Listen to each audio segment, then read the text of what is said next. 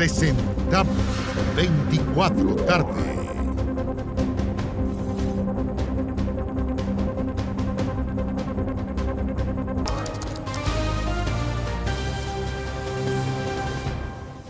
Hola, ¿cómo están? Bienvenidos. Partimos la semana en 24 tarde con los controles que se están efectuando a lo largo del país en el primer día hábil de cuarentena total en la región metropolitana. Mientras, estamos atentos a lo que pasa en el Congreso, porque es ahí donde se define la postergación de las elecciones.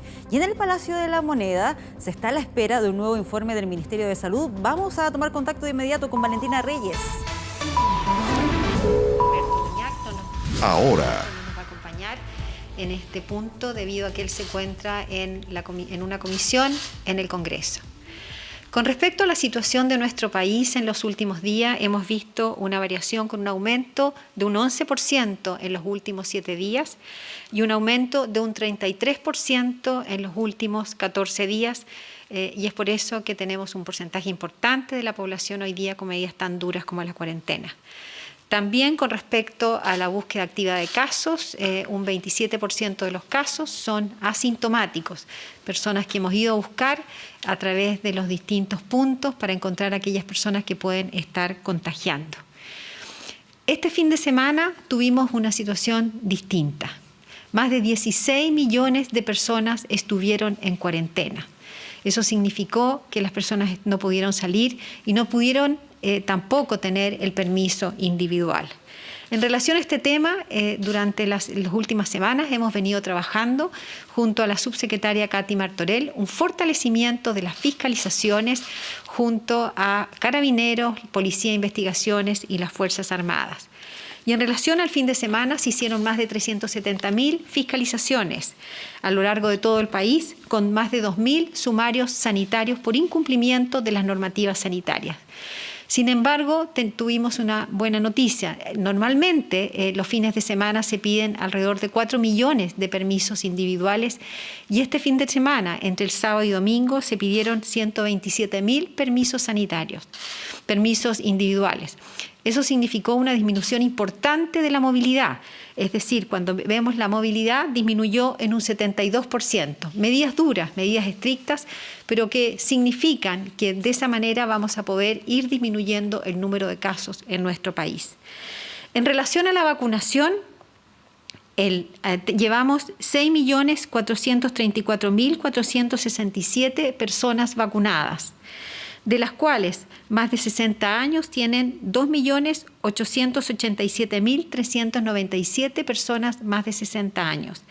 En relación al número total de personas que han completado su programa de vacunación con ambas dosis, tenemos 3.300.147 personas vacunadas con las 2 dosis.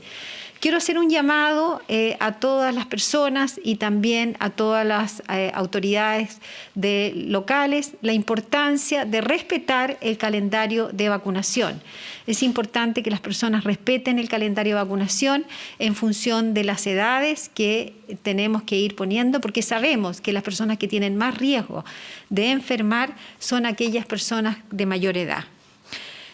En relación a los anuncios para los próximos días, quiero recordar, como lo anunciamos hace unos días atrás, que este fin de semana, que es un fin de semana largo, a partir del día jueves 1 de abril, vamos a tener un cordón sanitario en las regiones metropolitana, en la región de Valparaíso, también en la región del Biobío, en el Gran Concepción, y también en la Araucanía, en las comunas de Temuco y Padre Las Casas, cordón sanitario que va a durar hasta el día domingo a las 22 horas. En relación a los avances y retrocesos del plan paso a paso, quiero informar lo siguiente. Avanzan a preparación en la región de Tarapacá, la comuna de Huara. En la región de Antofagasta, la comuna de San Pedro de Atacama. En la región de Valparaíso, Petorca. En la región de Los Lagos, Palena. Retroceden a transición en la región de Antofagasta, María Elena. En la región de Valparaíso, San Esteban. En la región de O'Higgins, Peralillo. Y en la región de Ñuble, la comuna de Bulnes.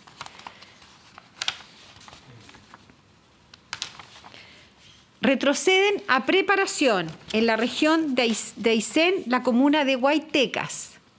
En la región de Magallanes, la comuna de Cabo de Hornos. Retroceden a cuarentena en la región de Valparaíso, la comuna de Puchuncaví, Casablanca, El Tabo y La Ligua. En la región de O'Higgins, la comuna de Mayoa. En la región de Maule, la comuna de Peyúgue. En la región de Biobío, la comuna de Santa Bárbara. En la región de la Araucanía, las comunas de Victoria, Teodoro Schmidt y Pucón. En la región de los lagos, la comuna de Gualeguay. Quiero recordar que todas estas medidas comienzan a regir a partir del día jueves a las 5 de la mañana. Esas serían las medidas y los anuncios. Voy a dejar con ustedes, con el subsecretario, el doctor Alberto Uñac, para dar a conocer el reporte del día. Muy buenas tardes. La situación en nuestro país, de acuerdo a los casos reportados, es la siguiente. 7.247 casos nuevos de COVID-19, de los cuales 4.668 son personas sintomáticas y 1.739 son casos asintomáticos. La cifra total de personas diagnosticadas con COVID-19 en el país alcanzan a la fecha las 984.484 personas, de las cuales 42.509 son casos activos y los restantes 918.446 son casos recuperados. De acuerdo a la información entregada por el Departamento de Estadística e Información en Salud, DEIS, en las últimas 24 horas debemos lamentar el fallecimiento de 101 personas. Nuestras condolencias a la familia. Tal como efectuamos periódicamente, en los reportes públicos se ha realizado un ajuste en el número total de fallecidos de los últimos 10 días, los cuales han cambiado 215 casos de categoría de sospechosos a confirmados, con lo cual la cifra total de descensos asociados a COVID-19 asciende a 23.070 personas en el país. 2.590 personas se encuentran hospitalizadas en unidades de cuidados intensivos, con complicaciones asociadas a esta enfermedad, de las cuales 2.237 están con apoyo de ventilación mecánica. Otras 871 personas también están hospitalizadas en UCI, aquejadas por otras patologías no asociadas a COVID. En relación a la red integrada de salud, podemos informar que existe un total de 146 camas críticas disponibles en todo el territorio nacional. En cuanto a la red de laboratorios, ayer se informaron los resultados de 75.958 exámenes, con lo que a la fecha totalizamos 11.121.171 exámenes realizados a nivel país. La positividad para las últimas 24 horas a nivel país es de 9,34% y de 10% para la región metropolitana. Respecto a las residencias sanitarias, disponemos hoy día de 188 recintos de hospedaje con una capacidad de 13.999 cupos, de los cuales 7.554 están ocupados a lo largo del país. El resto disponible para todas aquellas personas que lo requieran. Muchas gracias. Muchas gracias, subsecretario. Vamos a pasar a las preguntas. Muy buenas tardes, subsecretarios. Bueno, ayer se anunció que se van a postergar las elecciones de abril para el 15 y 16 de mayo. ¿Cuál es la proyección que pueden hacer ustedes para esa fecha en torno a la pandemia? Se lo pregunto porque hoy la presidenta del Colegio Médico, la doctora Isquia Siches, afirmó que actualmente el escenario es de incertidumbre y que con los elementos con los que se cuenta hoy no se puede asegurar que el 15 y el 16 de mayo no exista un escenario adverso. Lo otro es que el ministro Enrique París, el 22 de marzo, hace 7 días, afirmó que las elecciones se mantendrían a menos que hubiese una real catástrofe. La pregunta es, ¿estamos entonces en un escenario de real catástrofe? Bueno, con respecto a la primera pregunta, nosotros hoy día estamos en una situación compleja y lo hemos dicho, y el presidente de la República ayer envió un proyecto de ley al Congreso para poder modificar las elecciones debido a la situación sanitaria que nos encontramos en nuestro país. Pero también hoy día tenemos a más de 16 millones de personas que están en cuarentena. Eso significa con una disminución importante en la movilidad. Pero también estamos tomando otras medidas que queremos fortalecer, y obviamente ese aislamiento en las residencias sanitarias para que todas las personas que no cumplen, que no puedan tener un evidente aislamiento en su casa, se trasladen a sus residencias sanitarias. Y por otro lado, estamos con un proceso de vacunación exitoso. De aquí esperamos, de aquí a la fecha que se envió al Congreso para poder vacunar, para poder cambiar las elecciones, vamos a tener a más de 9 millones de personas vacunadas, que también va a influir en el número de casos. Con todas estas medidas restrictivas, más fortalecimiento de una serie de medidas sanitarias, más también un aumento de las fiscalizaciones, más el programa de vacunación que va avanzando de una manera positiva, esperamos para esa fecha, obviamente, tener una situación sanitaria distinta que permita a las personas, con todas las medidas de seguridad, poder ir a sufragiar ese día. Subsecretaria, pero insisto con la pregunta, con este panorama que realizó hace una semana el ministro Enrique París. Él dijo que las elecciones seguían a menos que hubiese una real catástrofe. Le pregunto, actualmente, hoy, estamos en un escenario de catástrofe, y esto sumado a las palabras del subsecretario Alberto Duñac. Usted dijo hoy que si no hay colaboración, se da la posibilidad de que tengamos un colapso. ¿A qué se refiere concretamente con estas palabras y cuál es el mea culpa en torno al error en la comunicación de riesgo que ha habido durante todo este tiempo? Bueno, con respecto a la situación sanitaria, nosotros todos los días vamos informando de la importancia de las medidas de autocuidado, y eso lo hemos venido diciendo desde el día 1, que cada actividad que nosotros tenemos todos los días, que en este avance del paso a paso, en la medida que damos más libertades y que tenemos más libertades, tenemos también que ser más estrictos con las medidas de autocuidado. Hoy día estamos en una situación compleja, que duda cabe. Tenemos a más de 16 millones de personas que están en cuarentena, es decir, que no van a poder salir de sus casas a no ser que tengan un permiso especial. Y eso tiene un objetivo: disminuir la interacción entre las personas, disminuir la movilidad, y esperamos que se respeten estas medidas sanitarias. Pero por otro lado, estamos en un proceso de vacunación exitoso que nos va a permitir también, obviamente, tener más inmunidad, y eso de alguna manera va a tener que incidir en la situación sanitaria. Con respecto a la situación, quiero decir que esto no es una situación nacional, que es una situación a nivel de todo el mundo, pero esperamos que con estas medidas, y yo quiero agradecer a la ciudadanía, llevamos un año en pandemia y sabemos que hay una fatiga pandémica. Sin embargo, este fin de semana, donde tuvimos más de 16 millones de personas en cuarentena, hubo una disminución de 72% de la movilidad. Si logramos que esa disminución de la movilidad sea efectivo durante la semana, al menos durante las próximas semanas, obviamente vamos a tener un mucho mejor escenario en las próximas semanas. Y al subsecretario Duñac, sobre sus palabras, subsecretario, usted dice que si no hay colaboración se da la posibilidad de que tengamos un colapso. ¿A qué se refiere concretamente? Bueno, me parece muy claro lo que usted señala. Si los contagios siguen incrementando, no existe ningún sistema, ni en Chile ni en el mundo, que sea capaz de dar cuenta de un brote excesivamente aumentado de contagio. Nosotros hemos hecho un tremendo esfuerzo, hemos multiplicado por 3 nuestras capacidades de camas instaladas.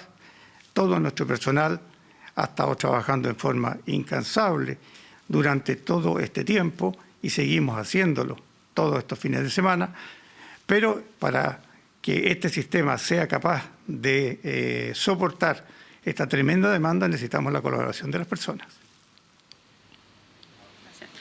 Sí. Buenas tardes, Maolis Castro por El Líbero. Quería preguntarle a los subsecretarios por el tema electoral también.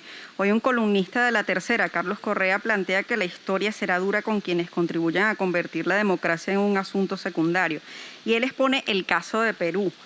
que con peor situación pandémica realiza elecciones. Además, hay algunos expertos electorales que proponen las votaciones en 3 días y con bandas horarias. ¿Cuál es la postura del MinSal al respecto? Alberto. Sí.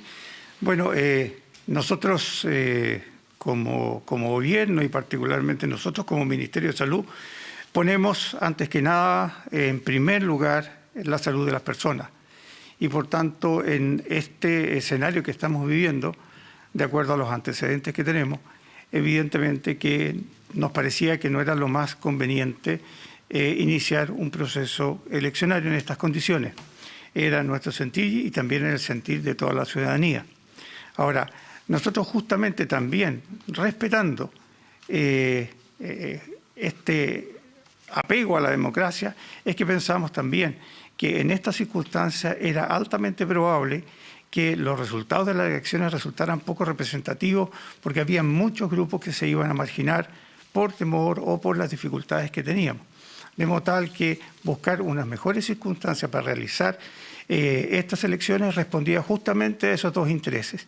Más salud para nuestros habitantes y más democracia para todos. Muchas gracias. La siguiente pregunta. Muy buenas tardes. A propósito del Consejo Asesor y esta decisión de recomendar la postergación de las elecciones, se indicaba algo muy claro, que decían que, sin embargo, postergar sin agregar otras acciones a las medidas vigentes no dan garantías de la situación mejore e incluso podría empeorar por el avance del invierno y si aún hay una proporción importante de la población no vacunada. Ahí se hacía una recomendación de explicar claramente a la población la situación epidemiológica actual, ejercer un liderazgo inspirador y convocante, aumentar la aplicación de vacunas, fortalecer el testeo, trazabilidad y aislamiento y, en caso de reapertura de las cuarentenas, realizarlo de forma gradual y prudente. En relación a estas recomendaciones, ¿se van a aplicar y cómo lo van a hacer? Por ejemplo, con el tema de la vacunación masiva que ustedes destacaban y han destacado constantemente, donde se llama a aumentar la cobertura a la población más joven, incluyendo los fines de semana. Bueno, con respecto a las recomendaciones que nos ha dado el Consejo Asesor, todas ellas, gran parte de ellas ya están implementadas. Primero que nada, en relación al fortalecimiento del testeo, trazabilidad y aislamiento. En ese sentido, nosotros hemos fortalecido la estrategia, no solamente con el número de exámenes que estamos haciendo hoy día, en promedio más de 75.000 exámenes al día, sino que además hemos aumentado los exámenes a través del test de antígeno. El test de antígeno que ya está implementado en 11 regiones, pero tenemos que escalar esto que principalmente a través de la búsqueda activa de casos tiene la ventaja de ser oportuno, es decir, que inmediatamente esas personas puedan saber el resultado de su examen y ese resultado inmediato nos va a permitir aislarlas oportunamente. Lo segundo, con respecto a la trazabilidad, hoy día tenemos centros de trazabilidad regional a través de llamados telefónicos, pero sabemos que ahí tenemos un tema que es importante que las personas digan quiénes son sus contactos estrechos, por lo tanto que estamos implementando, fortaleciendo la estrategia de trazabilidad en terreno. ¿Qué significa visita domiciliaria? No solamente para conocer sus contactos estrechos, sino que para conocer la realidad sanitaria de las casas y indicar que esas personas se puedan trasladar a residencias sanitarias. Por último, con respecto al proceso de vacunación, nosotros hoy día hemos recibido 13 millones de vacunas que han llegado a nuestro país y este proceso de vacunación en relación a las cifras de vacunas que hemos recibido es paulatino y progresivo en función de cuándo van llegando las vacunas. Hemos colocado más de 9 millones de vacunas a la población y la estrategia es ir vacunando a todas aquellas personas en función de la cantidad de vacunas que tengamos, pero también en función del riesgo sanitario. Es decir, por eso partimos por las personas mayores. Esta semana estamos con las personas de más de 50 años, hemos incorporado otros grupos que tienen más riesgo de enfermar, pero podemos ir incorporando a los grupos jóvenes en función de que vayamos recibiendo las vacunas, porque no solamente la capacidad de vacunar, que la atención primaria lo ha demostrado, hemos vacunado alrededor de 300.000 personas al día, que es una gran cantidad de personas vacunadas, pero tenemos que ir vacunando en función de la disponibilidad de vacunas que tenemos en nuestro país y eso ha ido llegando paulatinamente y nosotros le hemos ido informando informando. Obviamente, en la medida que tengamos más vacunas, vamos a poder ampliar el grupo de vacunación y llegar más precozmente a toda esa cobertura de rebaño. Y a propósito de esto del riesgo y la vacunación que se va aplicando, ¿no se podría, por ejemplo, puntualizar en las comunas que estén en situación más crítica para vacunar, o eso por ahora no está en los planes, considerando también lo que usted dice de la cantidad de vacunas que se tienen y el respeto del calendario de vacunación? Con respecto a la situación más crítica de algunas comunas, obviamente lo estamos analizando. El Plan Nacional de Inmunizaciones, el PNI, analiza todas las situaciones particulares. Hemos visto algunas comunas distantes que han vacunado una mayor cantidad de población, pero también tenemos que ir mirando la disponibilidad de vacunas para poder disponer para todas aquellas personas que estén en situaciones de riesgo. En la medida que tengamos más vacunas, obviamente vamos a ir incorporando más grupos de vacunación. Subsecretarios, buenas tardes. Karina Zúñiga, de Canal 13. Les quería preguntar con respecto a la situación de la llegada de nuevas cepas. ¿Ustedes están abiertos a la posibilidad de analizar eventualmente la suspensión de ciertos vuelos de ciertos países, como lo recomienda el exministro Jaime Mañalich o la doctora María Teresa Valenzuela, para que no siga llegando más cepa brasileña o británica? Bueno, con respecto a las medidas que tenemos hoy día en nuestro país, quiero decir que hoy día Chile es uno de los países que tiene medidas más estrictas.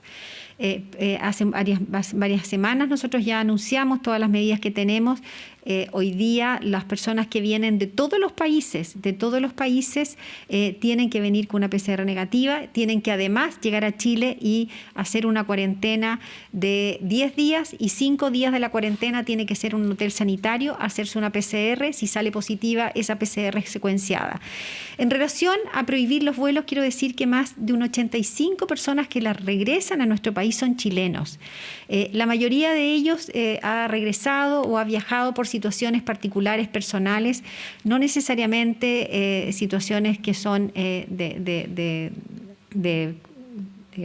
turismo, sino que situaciones personales. Por lo tanto, hoy día tenemos medidas estrictas, las personas tienen que guardar cuarentena 10 días, las personas tienen que irse a un hotel sanitario, tenemos que hacer una PCR y obviamente si nosotros analizamos lo que hemos visto de la apertura de fronteras, hemos realizado más de 43.000 exámenes PCR en el aeropuerto, de las cuales un 0,8% han salido positivos, un poquito más de 350.000, y es ahí donde nosotros hemos pesquisado estas cepas que hoy día tenemos en nuestro país, como la cepa británica y obviamente la cepa brasilera. En los últimos días, con las medidas que hemos adoptado, particularmente de Brasil, el número de viajeros ha disminuido en forma importante. Y finalmente, obviamente, quiero hacer un llamado que no es el momento de los chilenos de viajar hacia el exterior, porque sabemos que la situación a nivel internacional es compleja o más compleja que en nuestro país. Subsecretaria, sí, pero no responde mi pregunta. ¿Están dispuestos a analizarlo entendiendo que el 91% de las personas con la variante brasileña son chilenos y de la británica el 84%? Así todo se habla de 45 casos y 64 casos. ¿Es suficiente la vigilancia genómica que se está haciendo? ¿Podrían aumentarla? Bueno, con respecto a la vigilancia genómica, si nosotros analizamos la vigilancia genómica que hacen los distintos países, el país que realiza más vigilancia genómica es Inglaterra. Cuando yo tengo los números por acá, Inglaterra, por ejemplo, hace una vigilancia genómica en el 6% de los casos. Estados Unidos en el 0,4% de los casos. Nosotros en Chile en el 0,12% de los casos. El resto de Latinoamérica no tenemos mayor información, pero sabemos que Chile no hacen tanta vigilancia genómica como lo hacemos en nuestro país. Hoy día la capacidad del Instituto de Salud Pública es de alrededor de 280 vigilancia genómica semanal y eso lo estamos fortaleciendo el ministro de Ciencias a través de una comité que él tiene, se van a fortalecer a través de distintas universidades. El objetivo es llegar a tener 500 muestras semanales. También quiero contarles que a partir de la próxima semana, de estos próximos días, en el reporte del Ministerio de Salud vamos a publicar las vigilancias genómicas que realiza no solamente el Instituto de Salud Pública, sino que también lo que usan la vigilancia que realizan ya algunas de las universidades. Sabemos que la Universidad Católica genómica, está realizando una vigilancia genómica y nuestro objetivo es llegar a tener esas 500 muestras semanales de secuenciación, no solamente a través de las que se realizan en el aeropuerto, sino que también a través de las que ya estamos haciendo en pacientes que están hospitalizados en unidad de cuidados intensivos y obviamente en situaciones particulares de brotes. Ministra, y en otro tema, subsecretaria, perdón. Con respecto a la situación de este fin de semana largo, ustedes anunciaron los cordones sanitarios. ¿Están analizando algún otro tipo de medida que permita disminuir la movilidad? Por ejemplo, restricción de permisos o lo que hubo este fin de semana pasado, como solo la entrega en el comercio a través de delivery. Bueno, hoy día, la verdad que el próximo fin de semana van a haber más de 16 millones, y con las comunas que hoy día pusimos en cuarentena, probablemente vamos a llegar a 16 millones y medio de personas que van a estar en cuarentena. Por otro lado, quiero recordar que los cordones sanitarios significa un cordón sanitario que las personas no pueden entrar ni salir de esa región, es decir, salvo situaciones especiales para poder abastecerse o situaciones sanitarias. Por lo tanto, vamos a estar en cuarentena. Hoy día las medidas que tenemos implementadas son las que tenemos, que son bastante estrictas, y el llamado es a la población a quedarse en su casa el próximo fin de semana para evitar los contagios.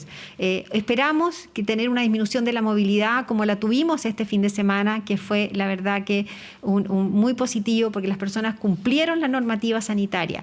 Cada una de las medidas nosotros las analizamos en forma profunda, porque así como tiene una importancia disminución de la movilidad, también tiene efectos negativos profundos cada una de estas medidas. Por lo tanto, antes de tomar cualquier medida mayor restrictiva de la que estamos tomando hoy día, tenemos que hacer un análisis profundo de cuáles son esos impactos negativos que tengan. Subsecretaria, sobre la disminución de la movilidad, usted dice que el fin de semana fue positiva. Sin embargo, hoy día uno puede ver la gran cantidad de autos circulando, de gente circulando. ¿Va a haber algún análisis también a los permisos para trabajadores esenciales? Porque resulta que, al parecer, a simple vista, la gran mayoría somos trabajadores esenciales. Bueno, junto a la subsecretaria Katy Martorell hacemos un análisis de todos aquellos permisos que se dan todos los días, no solamente individuales, sino que también los permisos único colectivo, para ver cómo podemos disminuirlo. Sí, también hubo una disminución de los permisos único colectivos este fin de semana. Yo no tengo la cifra en este momento, pero hubo un porcentaje que no fue menor de disminución de los permisos únicos colectivos, que esperamos que siga ocurriendo durante los próximos días, pero tenemos que hacer un análisis del punto de vista de números de cuántos permisos únicos colectivos se sacan.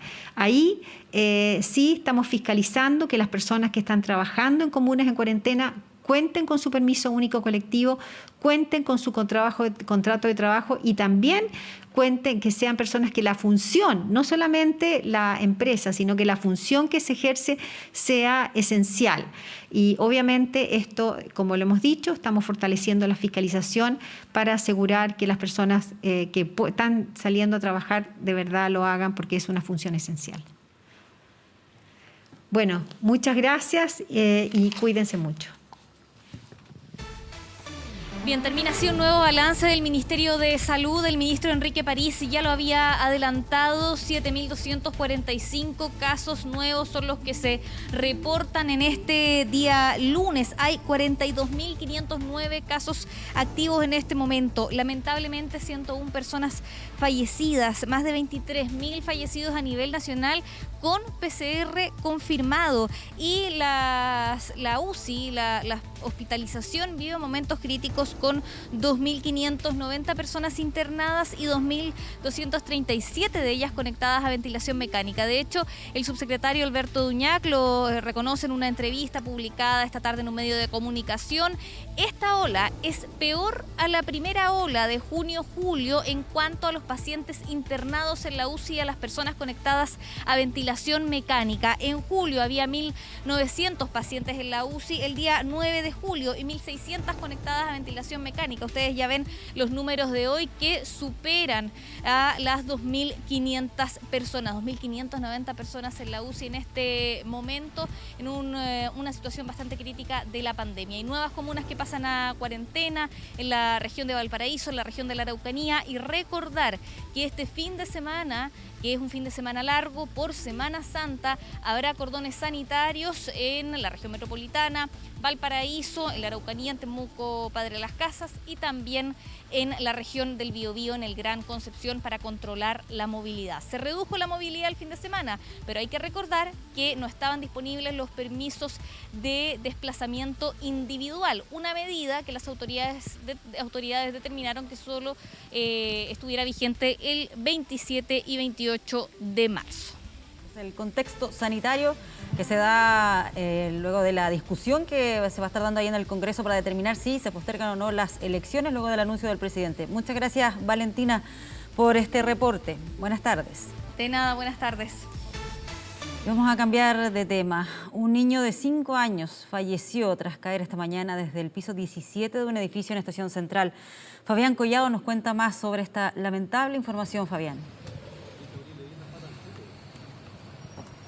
Exactamente, muy buenas tardes, Pati. Un hecho terrible, donde solamente 5 minutos que este menor estuvo solo, lamentablemente terminaron con su vida. Ustedes van a ver las imágenes de este edificio que está ubicado acá en la comuna de Estación Central, en calle Concón, entre Ecuador y La Alameda. Es en este lugar donde un matrimonio venezolano junto a su hijo de 5 años se residían habitualmente. La primera fue la madre, que se dirigió hasta otra comuna para poder realizar sus labores habituales, y es el papá quien estaba bajo los cuidados de este chiquitito de 5 años, el cual estaba durmiendo.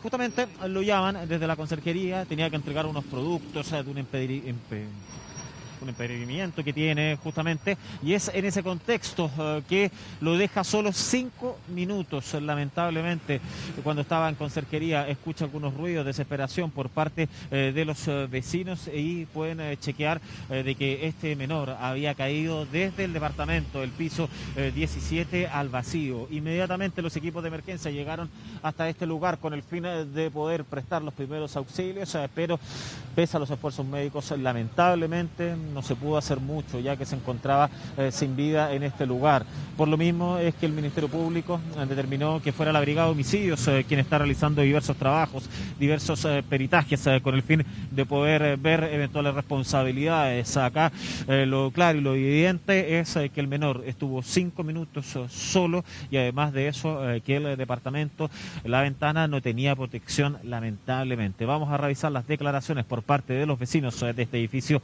de Estación Central. Nos levantamos los gritos, todo, y ya el niño ya estaba, pero de verdad que es una noticia impresionante, porque yo tengo hijos y horrible. Seguridad ni nada por el valor que tienen, son muy caras las mallas. ¿Han estado...? Sí, pues sí.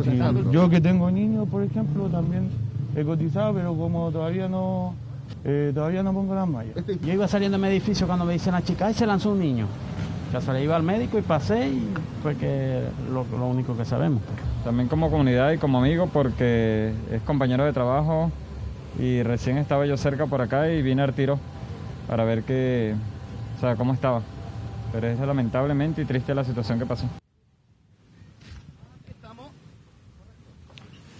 Bueno, incluso llegó la mamá desesperada de su trabajo, le habían avisado de este terrible accidente que terminó con la vida de este chiquitito de 5 años, e inmediatamente prestaron algunas declaraciones, algo obviamente complejo. Incluso el padre, el protagonista de esta historia, se encontraba choqueado, no podía entregar mayores antecedentes, y luego pudo estar con un poco más de calma, algo que fue fundamental para la entrevista con el fiscal a cargo, también con la Brigada de Homicidios, dentro de todos estos peritajes que se están desarrollando a esta hora acá en la comuna de Estación Central.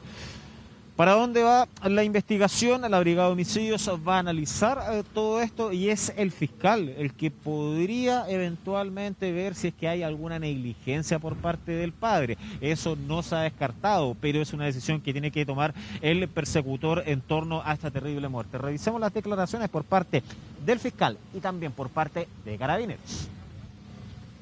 Un menor de 5 años de edad, por causas que se investigan, habría caído desde el piso 17.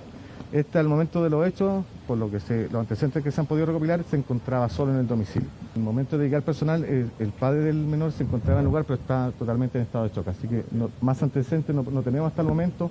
El fiscal incluyó personal de la Brigada de Homicidio acá en el lugar, quien va a hacer las pericias correspondientes.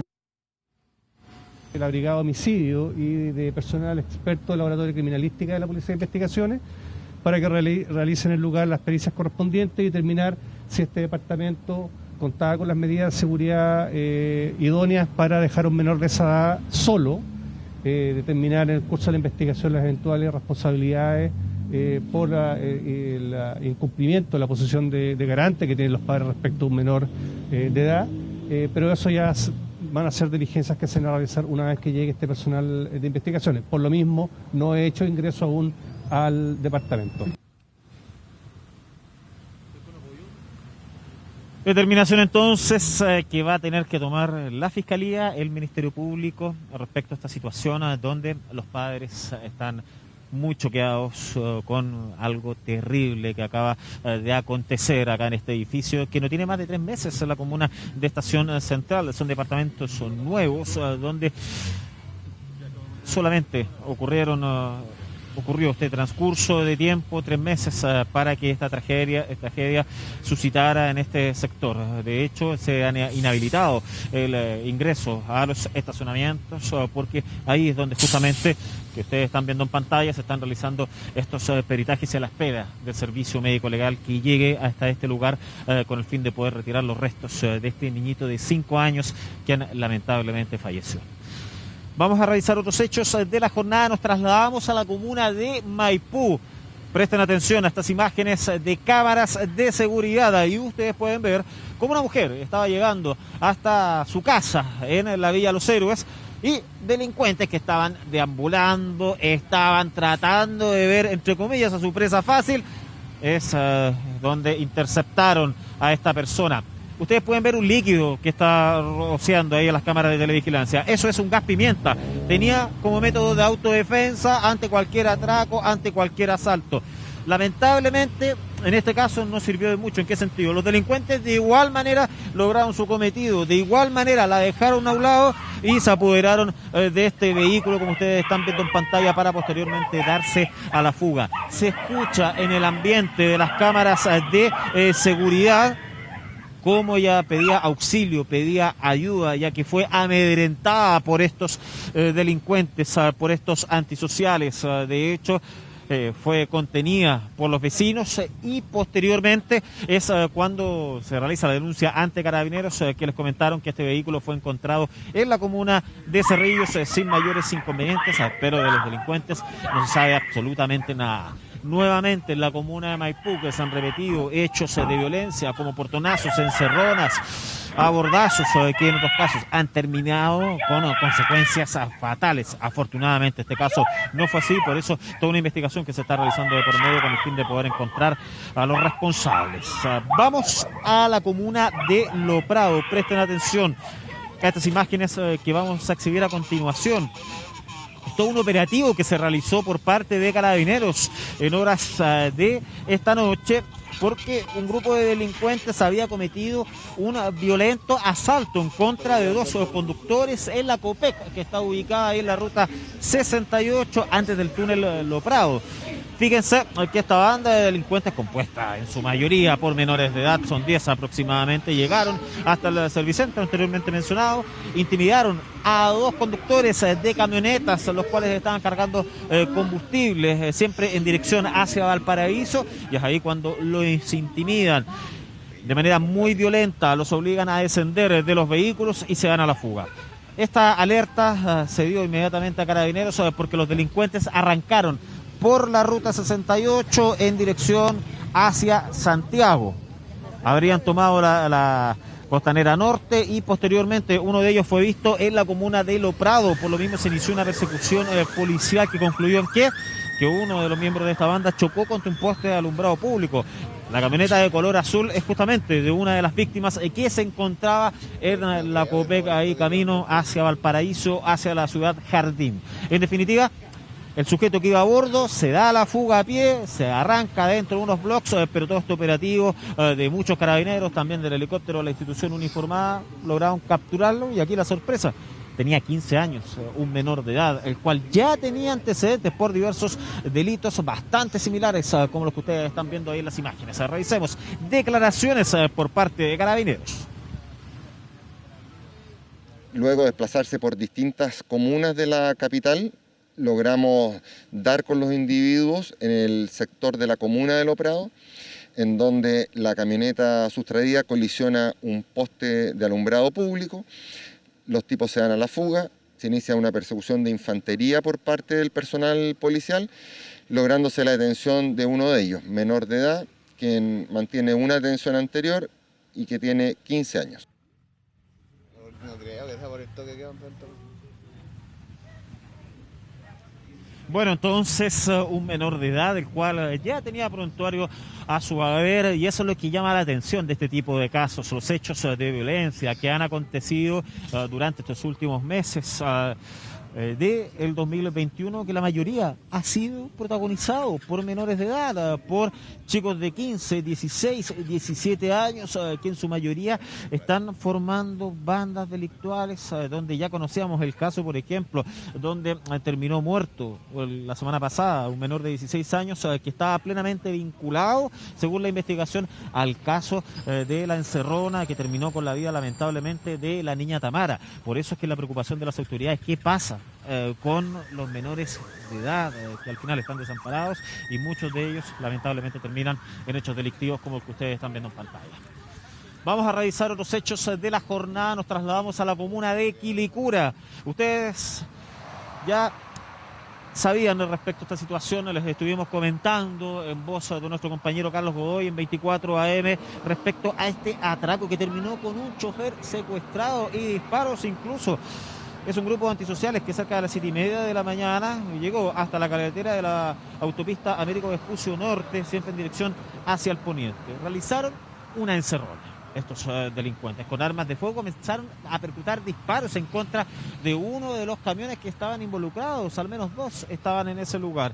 Logran robar uno e incluso de un segundo camión se llevan al conductor y lo terminan secuestrando. Él estuvo dando vueltas por varios puntos de la región metropolitana para posteriormente ser abandonado en la comuna de Lampa, en el sector de Valle Grande. Algo que hacen los delincuentes cuando roban camiones de carga de gran tonelaje. Tienen los datos justo en las autopistas, en las salidas, los interceptan y luego secuestran a las personas para abandonarlos, para que tengan poco acceso a llamar, a denunciar a carabineros, y así eso se vea todo más engorroso, los operativos. En definitiva, uno de los camiones fue sustraído, todavía se desconoce el paradero, y el segundo camión ahí quedó en el sector de la autopista que ustedes están viendo en pantalla, todos unos operativos que se generaron y sobre todo con el fin de poder ver si es que había alguna persona herida. Afortunadamente, ni el primer conductor involucrado, el cual fue baleado su camión, ni tampoco el segundo, que había sido secuestrado, terminaron lesionados. Vamos a revisar las declaraciones por parte de uno de ellos a continuación en 24 tarde. Estos sujetos venían con armas de fuego. Venían con armas de fuego, sí, redujeron a uno de nuestros conductores, se lo llevaron, lo tomaron de rehén, se llevaron el vehículo y bueno, vieron que yo venía muy cerca de ellos, se bajaron de nuevo, me propinaron 5 disparos en los neumáticos, en la puerta. Bueno, se llevaron las llaves del vehículo y el teléfono. ¿Y hasta el momento se sabe algo de tu compañero? No, nada. En eso estaban trabajando para tratar de encontrarlo lo antes posible. Obviamente mucho miedo. Se bajaron, me abrieron la puerta, me pusieron un arma blanca en el cuello, me quitaron las llaves del vehículo, mi celular. Y nada. Todos ellos tenían armas, ¿no? Todos, ¿no? Se bajaron 3 individuos con armas y el que entró a la cabina del vehículo entró con una cortapluma. Estuvo absolutamente suspendido el tránsito ahí en la autopista Vespucio Norte, siempre en la comuna de Quilicura, a la altura del Memorial Tres Sillas. Es en ese lugar. ¿Por qué? Porque uno de los vehículos fue abandonado, según los antecedentes que pudo recabar Carabineros, ya que hubo una serie de investigaciones, serie de peritajes afines con el fin de poder capturar a la banda. Los 7 delincuentes que protagonizaron este asalto se encuentran prófugos hasta este minuto. Por lo mismo, Carabineros se le han encomendado con el fin de poder ver si se trata de bandas organizadas que tienen estos antecedentes, como les comentábamos anteriormente, que son bastante comunes el modus operandi de los antisociales. Tienen el dato de los camioneros cuando van por las autopistas, y es en ese el contexto cuando los atrapan y posteriormente los terminan secuestrando para abandonarlos. De todas maneras llama la atención, con disparos incluso para evitar la presencia policial. Vamos a revisar las declaraciones que emitió Carabineros respecto a toda la investigación que se está desarrollando respecto a estos asaltos.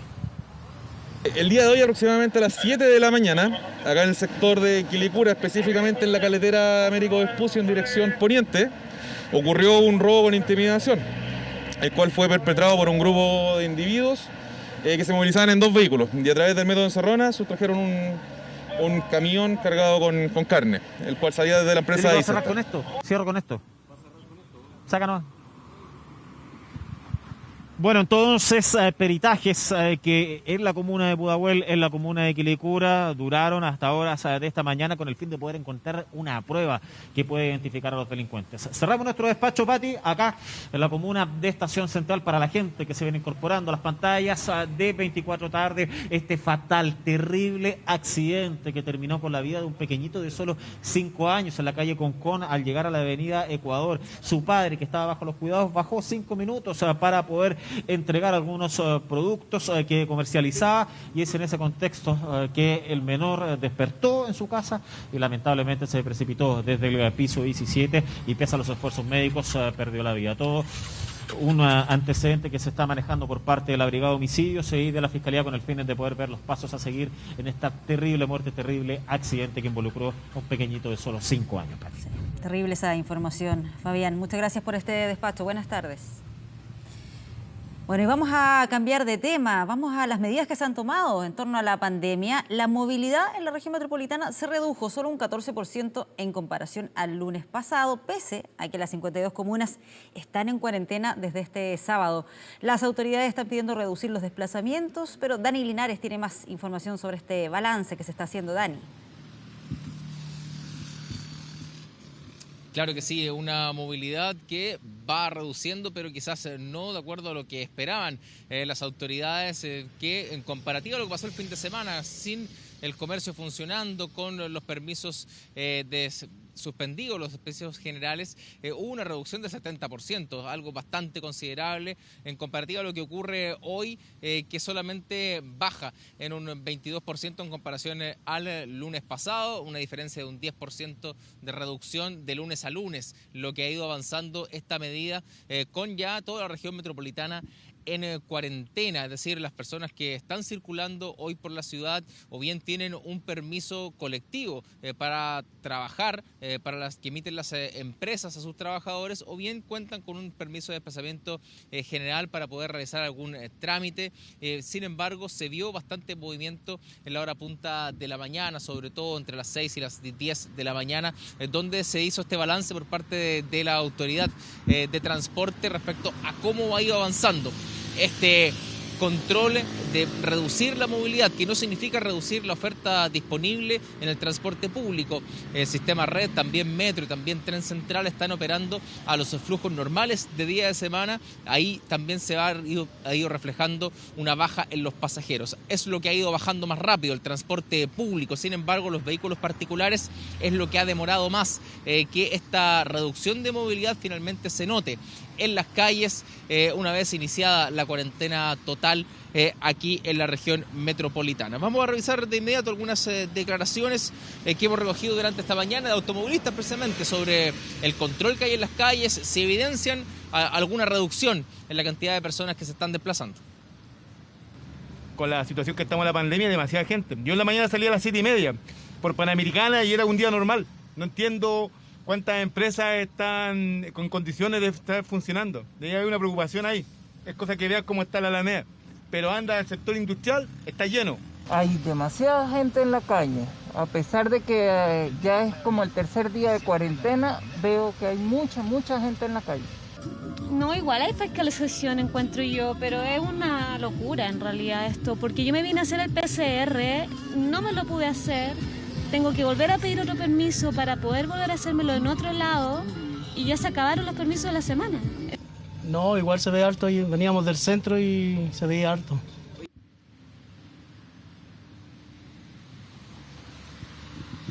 algunas de las cifras que se pueden dar a conocer en este primer balance que realiza la Autoridad de Transporte. A nivel nacional, recordemos que son varias las comunas que están en cuarentena. Por ejemplo, la ciudad de Antofagasta, la región de Antofagasta, solamente registró un 14% de disminución de su movilidad en la hora punta de la mañana. En la región de Valparaíso, la ciudad de Valparaíso, un 10% menos que el lunes pasado. En el caso de la región metropolitana, la diferencia es de un 22% en comparación al lunes pasado, ya sumándose, por cierto, el resto de las comunas en cuarentena. El Metro de Santiago transportó esta mañana 183.000 personas en el bloque de la hora punta, es decir, de las 6 de la mañana hasta las 9 de la mañana, con una reducción entre Metro y Tren Central de un 28-29% en comparativa al lunes recién pasado. Vamos a revisar las declaraciones de la ministra de Transporte con este balance, ¿no?, de lo que ha significado esta primera jornada de día hábil, ¿no?, con todas las comunas de la región metropolitana en cuarentena.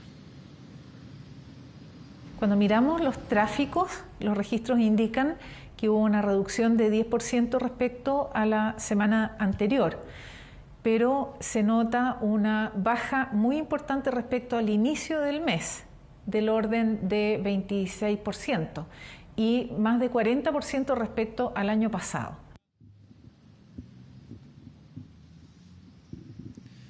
Lo decíamos, en una jornada de cuarentena la única posibilidad de desplazarse por la ciudad es contar con un permiso, ya sea un único colectivo que lo emiten las compañías de carácter esencial para poder realizar las funciones del trabajo, o bien uno de desplazamiento general. Esa opción está disponible a través de la comisaría virtual, que esta mañana estuvo funcionando con una intermitencia bastante compleja, que incluso obligó a muchas personas a asistir a los cuarteles policiales de forma presencial para poder acceder a uno de estos permisos para poder realizar diferentes trámites durante esta jornada. Filas en algunos cuarteles policiales entre las 8 y las 10:30 de la mañana, momento en que se logró solucionar este problema, donde el único permiso, ¿no?, que se vio afectado fue el de desplazamiento general, y por eso la gente se trasladó hacia la comisaría para poder retirarlo. Estuvimos ahí en algunos de los cuarteles policiales recabando antecedentes de esta caída del sistema de comisaría virtual, el único mecanismo que existe para poder retirar estos permisos sin salir de casa. Sin embargo,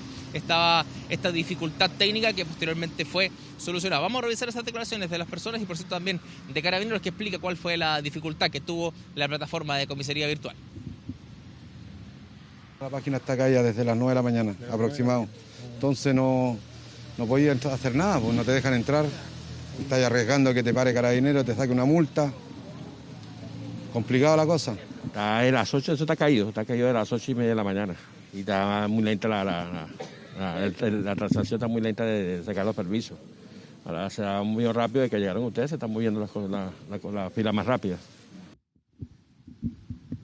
Efectivamente, el día de hoy en la mañana tuvimos una intermitencia en nuestra plataforma comisaría virtual, pero fue superada aproximadamente a las 10:30 horas. Quiero hacer presente de que esta intermitencia solo fue en relación al permiso de desplazamiento general. El resto de los permisos, el resto de la oferta que tenemos en comisaría virtual, todo funcionó sin ningún problema.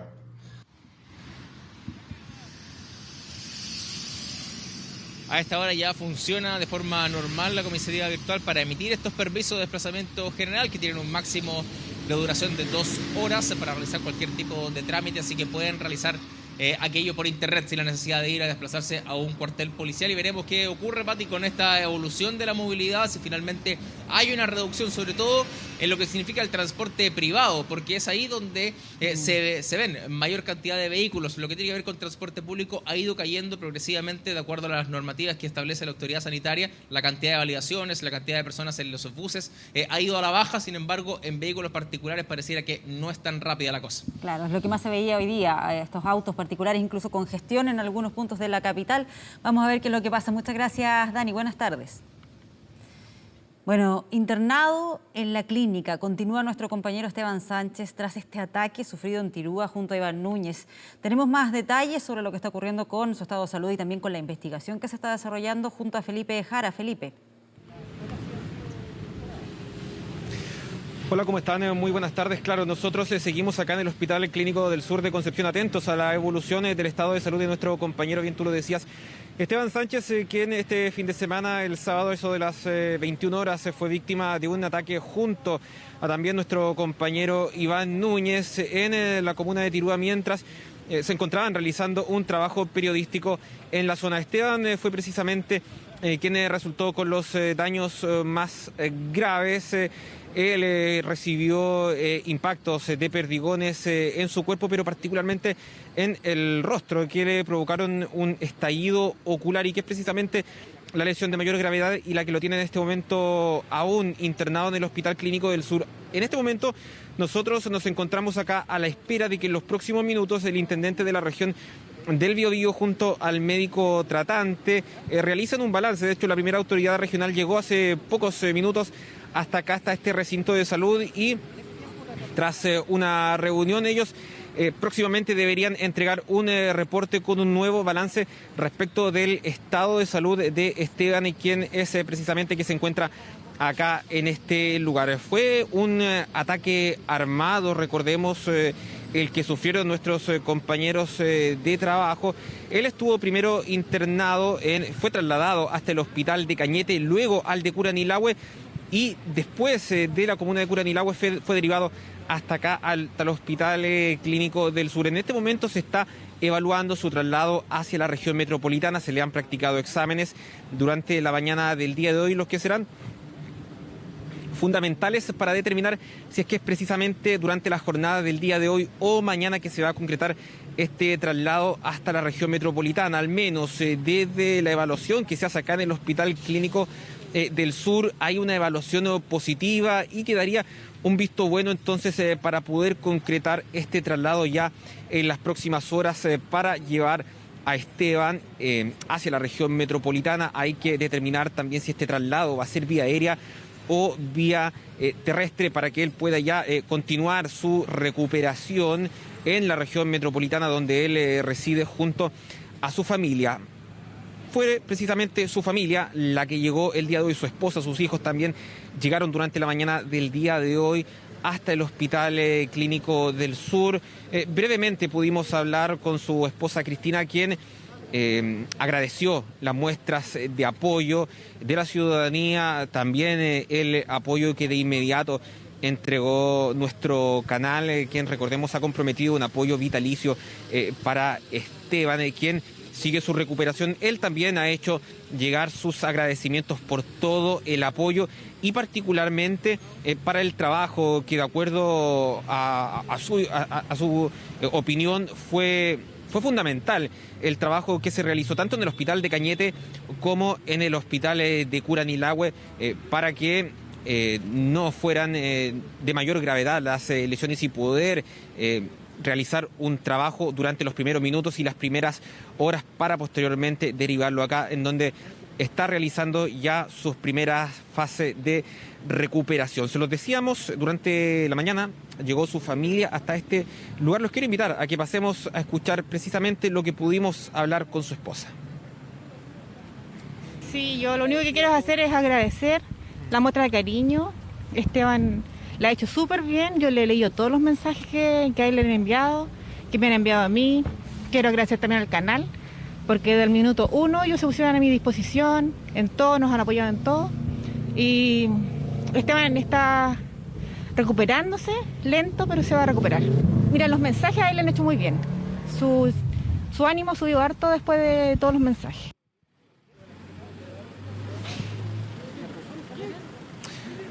Claro, desde el plano médico, hoy día lo que se está evaluando, se lo decía yo, es su eventual traslado hacia la región metropolitana, y que tiene que determinarse precisamente esto durante la jornada del día de hoy, si es que ese traslado se va a concretar el día de hoy o el día de mañana. En este momento vienen precisamente saliendo las autoridades.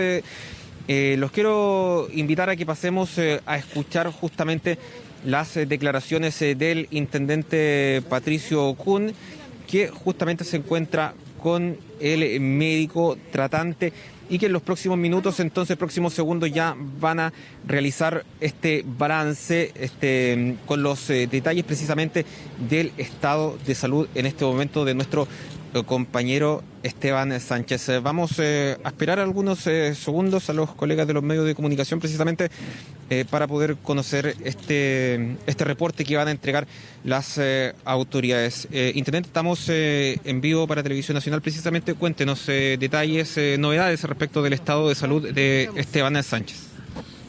Bien, buenas tardes. Efectivamente hemos venido hasta la clínica a informarnos del estado de salud, especialmente de Esteban, y esa parte se la voy a dejar al doctor, digamos, pero sí estamos más tranquilos sabiendo que se encuentra fuera de peligro, digamos, y que en las próximas horas, días, podrá ser trasladado a Santiago. Y respecto al tema jurídico, también les quiero contar que he tenido una reunión con el director ejecutivo de Televisión Nacional, donde hemos también conversado sobre la coordinación respecto a las acciones judiciales que se van a seguir en este caso. Así que esperamos que el Ministerio Público siga trabajando. Por supuesto, están las policías investigando el tema y esperamos que obtengan buenos resultados a la brevedad. ¿Ya se presentaron las querellas? Como les digo, hoy día estuvimos en una reunión con el director ejecutivo, a nivel también nacional, con nuestra subsecretaría del Interior. Se está coordinando las acciones jurídicas que se van a seguir en este caso. ¿Se va a pedir ubicar a la radio que entrevistó, esa radio online que entrevistó a Héctor Yaitul, a través de la cual se conoció la versión de él? No, sobre ese tema no me voy a referir porque tiene que ver con la investigación que se está haciendo. Como les dije, el Ministerio Público es el encargado. Ellos son quienes van a determinar las acciones a seguir, las líneas investigativas, y espero, como digo, que tengan pronto resultados. Intendente, ¿hubo molestia en Televisión Nacional de Chile por las palabras de Pablo Urquizar hoy día en una entrevista en Chilevisión respecto a la situación que hay en Arauco? No tengo información sobre eso. La conversación y la reunión con el director ejecutivo versaron especialmente en torno a las acciones judiciales y también en general a los agradecimientos al trabajo que se ha hecho por parte de los servicios médicos. Intendente, y con respecto a las cifras de atentados que hay en Arauco, ¿qué puede decir? Hay más de 150 personas que han resultado dañadas. ¿Cuál es el apoyo que hay a ellos? A ver, como les hemos relatado, estamos haciendo todas las coordinaciones. Ayer estuvimos el mismo sábado y por supuesto ayer durante todo el día el trabajo de coordinación con las policías y también con la Armada para poder determinar, ¿no es cierto?, la intensificación de todo lo que son los trabajos de tanto patrullajes como puntos de control dentro de la provincia de Arauco, así que estamos intensificando aquello. Ese es el plan que hemos trazado. Después, la acción judicial, ¿qué delito busca investigar? A ver, les repito, la investigación de este y de otros casos siempre corresponde al Ministerio Público. Ellos son los que ¿Por qué figura se querella? ¿Homicidio frustrado? Son nuestros equipos jurídicos los que están estudiando las alternativas y cuáles van a ser las acciones que se van a seguir. Voy a dejar con ustedes al doctor, quien nos va a entregar la información del tema médico. Por favor, doctor. ¿Se pueden cambiar de puesto para que viene el doctor ahí? Buenas tardes. Yo voy a ser bien breve. Primero comentarle que hoy día me entrevisté con el paciente, está en pleno conocimiento que perdió la visión. Hoy día fue reevaluado por un equipo multidisciplinario para descartar, digamos, de manera razonable las lesiones que pudieran haber estado en evolución. En ese sentido se tomó un nuevo escáner de cerebro que descartó, digamos, que pudiera complejizarse, digamos, la lesión que al principio yo les había comentado. En ese sentido estaríamos en condiciones de poder plantear quizás un egreso de la unidad de paciente crítico y en atención a que está siendo visto el paciente en conjunto con la Asociación Chilena de Seguridad, probablemente se gestione por domicilio un eventual traslado a Santiago, al Hospital del Trabajador de Santiago. ¿Eso cuándo podría concretarse? Se está en este momento se está coordinando, digamos.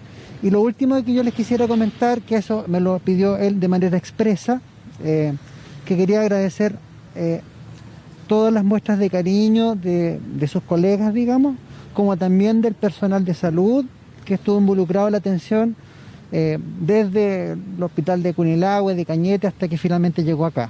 E incluso extender la preocupación que tuvo en su momento el hospital Guillermo Grande de Benavente, donde en principio se pensó que podía llegar, pero posteriormente, por ser accidente laboral, terminó, digamos, siendo atendido en nuestra clínica, dada que contaba con las competencias para poder ser manejado, digamos. Doctor, disculpe la consulta, a lo mejor ya la respondió antes, pero el proyectil balístico que le hirió el globo ocular, ¿está en la cavidad? ¿Fue sacado?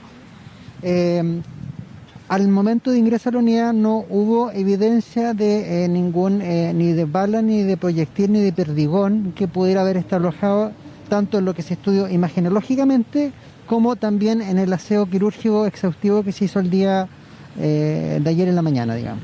¿Usted cree que ese proyectil pudo haber ingresado también a la cavidad cerebral? Gracias a Dios no ingresó adentro del parénquima cerebral, rozó, digamos, pasó por fuera, pero afortunadamente no. Doctor, sabemos que ayer usted confirmó que se trata de una lesión de carácter irreversible, pero ¿qué tratamiento viene para él ahora?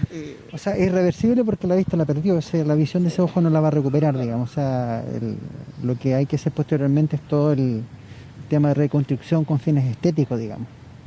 Y como le digo yo, él lo sabe. Pero ahora, ¿qué tratamiento viene para él, en cierta forma, tomando en cuenta que no va a recuperar la visión de su ojo, pero se va, por ejemplo, poder colocar alguna prótesis? ¿Se tiene que hacer algún tipo de tratamiento que siga en Santiago, por ejemplo, de larga edad, de largo tiempo?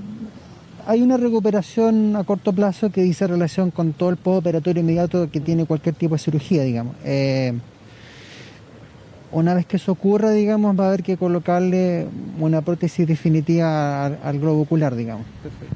¿Y la rehabilitación en estos procesos cuánto demora aproximadamente? La verdad que hay que darle tiempo al tiempo, digamos. Todos los pacientes son distintos, digamos, y además hay todo un tema también de carácter psicológico que también va a haber que empezarse a preocupar, porque obviamente que a pesar de que él se ve con bastante interés en este momento, digamos, ciertamente es algo que a cualquier persona lo afecta, digamos. Doctor, ¿y otras lesiones, la clavícula, el tórax, ello representa alguna complejidad? Son lesiones menores que están siendo evaluados por otros especialistas, digamos, y por lo menos no han habido elementos de complicación. En el caso de Iván, ¿él ya salió del hospital?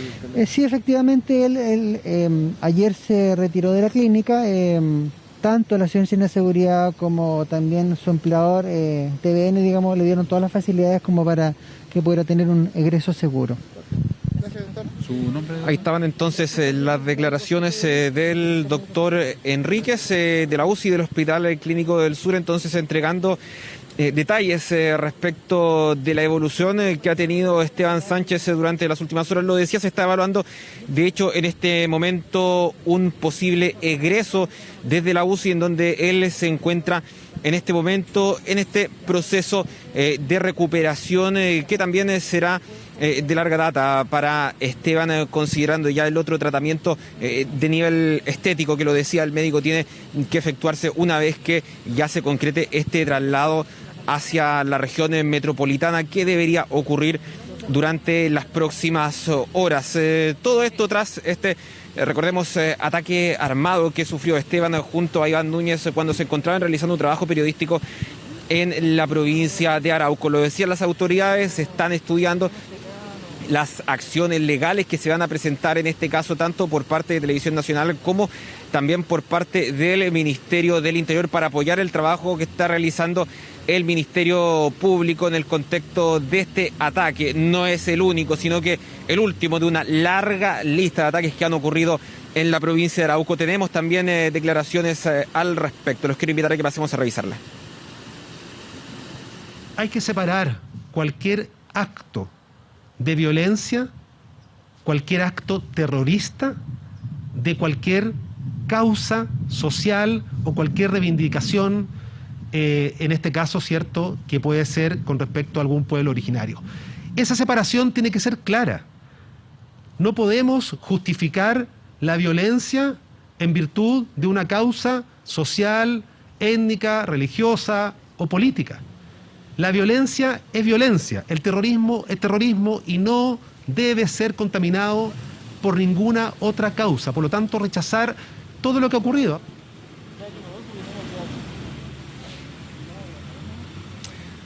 Claro, un hecho de violencia que en este caso afectó a un equipo periodístico. La semana pasada un carabinero de civil también fueron víctimas de ataques en la zona. De hecho, durante las últimas semanas, 2 semanas, han ocurrido al menos 10 ataques en la zona de la provincia de Arauco. Hechos que se están investigando, en este caso también del Ministerio Público, encabezado en este caso por el fiscal Juan Yáñez. Ya están realizando las primeras indagaciones que se han derivado tanto a la DIPE como a la CRIM de la Policía de Investigaciones. Sí, le mandamos un gran abrazo ahí, Esteban, lo estamos esperando aquí en Santiago. Muchas gracias, Felipe, por actualizarnos la información. Que estén muy bien, buenas tardes.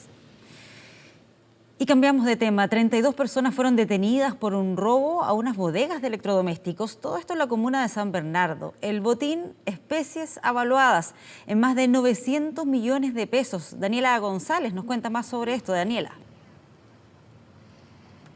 Sí, ¿cómo estás, Pati? Muy buenas tardes. Claro, se trata de la desarticulación criminal quizás más grande que ha efectuado la Policía de Investigaciones en los últimos años. La Operación Las Américas, así la han denominado porque se logró detener a 32 sujetos el día de ayer, para ser específicos. Esta banda se dedicaba al robo con intimidación de empresas comerciales y también de bodegas que almacenan artículos electrónicos. Todo ocurrió el día de ayer en la comuna de San Bernardo. Estos sujetos, 32 personas, robaron una bodega de la empresa marca Thomas. Allí se trasladaron precisamente a un lugar cercano de la misma comuna y se estaban repartiendo las especies avaluadas en más de 900 millones de pesos, y es probablemente también las que ven a mi espalda, porque se trata de artículos electrónicos, electrodomésticos para ser específicos, computadores también y muchos otros artículos que estaban avaluados en esa cantidad de dinero. Cuando se estaban repartiendo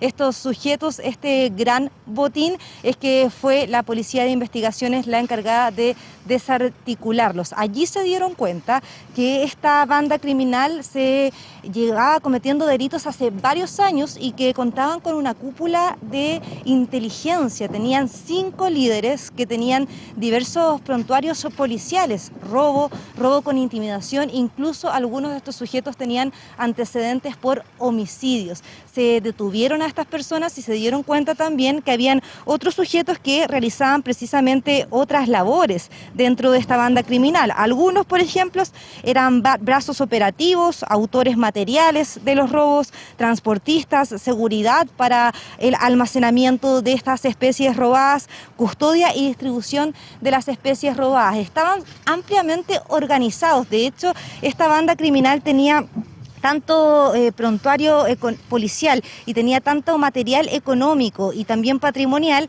que se daban el lujo de contratar a guardias de las empresas que a ellos les llamaban la atención, les entregaban un botín sumamente alto en dinero y así lograban efectuar estos millonarios robos. Esta operación la ha denominado la Policía de Investigaciones Operación Las Américas porque ha sido sumamente grande, quizás una de las desarticulaciones criminales más grandes de los últimos años de la Policía de Investigaciones. Por eso es precisamente que hasta acá donde nosotros nos encontramos, la bodega donde precisamente se almacenan estas especies avaluadas en más de 900 millones de pesos, llegó el director general de la PDI, Héctor Espinosa, acompañado del ministro del Interior, Rodrigo Delgado, y también de la subsecretaria de Prevención del Delito para dar a conocer esta desarticulación tan importante para acabar de cierta forma con la delincuencia. Es una banda que lleva operando de esta forma en robos con intimidaciones a empresas comerciales hace ya varios años. Tenemos las declaraciones de las autoridades contando más detalles de esta operación que se llevó a cabo el día de ayer en la comuna de San Bernardo. Revisamos esas declaraciones. Esto así, tal cual, permite justamente desbaratar una banda de más de 30 personas que tenían o tienen, ¿cierto?, una empresa con camiones, ¿cierto?, inscritos a su haber, para poder hacer distribuciones logísticas de gran escala. Son delincuentes habituales que estaban dedicados 100% a desbaratar bodegas donde hubieran hartos productos. Y hoy día, bueno, ustedes ven aquí a la vista, todo lo que está acá ha sido incautado. Hay especies, hay vehículos, todo lo que ellos usaban en esta organización. Se suma un trabajo que estamos realizando con todas las empresas que trasladan bienes de carácter preventivo, en el que se han generado en conjunto con Carabineros también botones de pánico, coordinación inmediata con CENCO, de manera de ir previniendo y evitando que ocurra este tipo de delitos y haciendo un levantamiento semanal de los lugares donde están ocurriendo estos delitos, los horarios en que ocurren, de manera de generar un refuerzo en la presencia policial en esos sectores y un conocimiento por parte de las empresas que generan este tipo de traslado.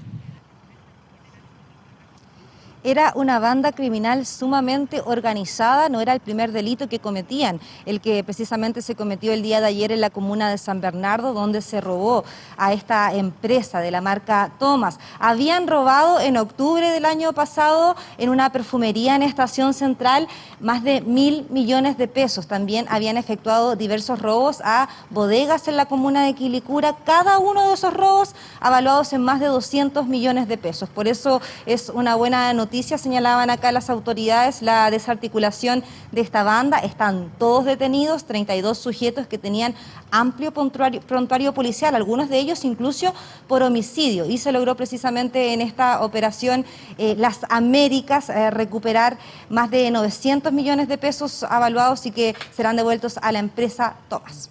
Una banda muy numerosa. Muchas gracias, Daniela, por contarnos sobre esta información. Muy buenas tardes. Bueno, y las comisiones de Constitución y de Gobierno Interior de la Cámara están abordando esta eventual postergación de las elecciones de abril, porque es en el Congreso donde esto se resuelve. Kevin Felgueras nos cuenta cómo se está desarrollando ese debate. Kevin.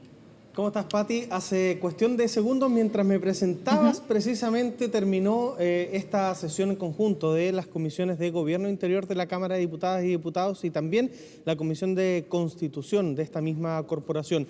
La idea era escuchar las razones técnicas y también sanitarias para la postergación o eventual postergación de las elecciones del 10 y 11 de abril. Recordemos, ayer en el Palacio de la Moneda, bien tarde de la noche, el presidente de la República anunció el envío de una reforma constitucional acá al Congreso para cambiar la fecha. La fecha decidida por el Ejecutivo es el 15 y 16 de mayo, es decir, postergar las elecciones por 5 semanas, entendiendo la situación compleja, la situación sanitaria que existe en nuestro país, los más de 7.000 contagios diarios y obviamente la falta de camas críticas. Al interior de esta comisión se empezaron a entregar detalles de este proyecto de ley que, ojo, todavía no ingresa al Congreso Nacional. Debería ingresar en horas de esta tarde o a más tardar en la jornada de mañana por la mañana para que sea la Cámara eventualmente la que empiece la tramitación de esta reforma constitucional que, al ser una reforma a la Carta Fundamental, requiere de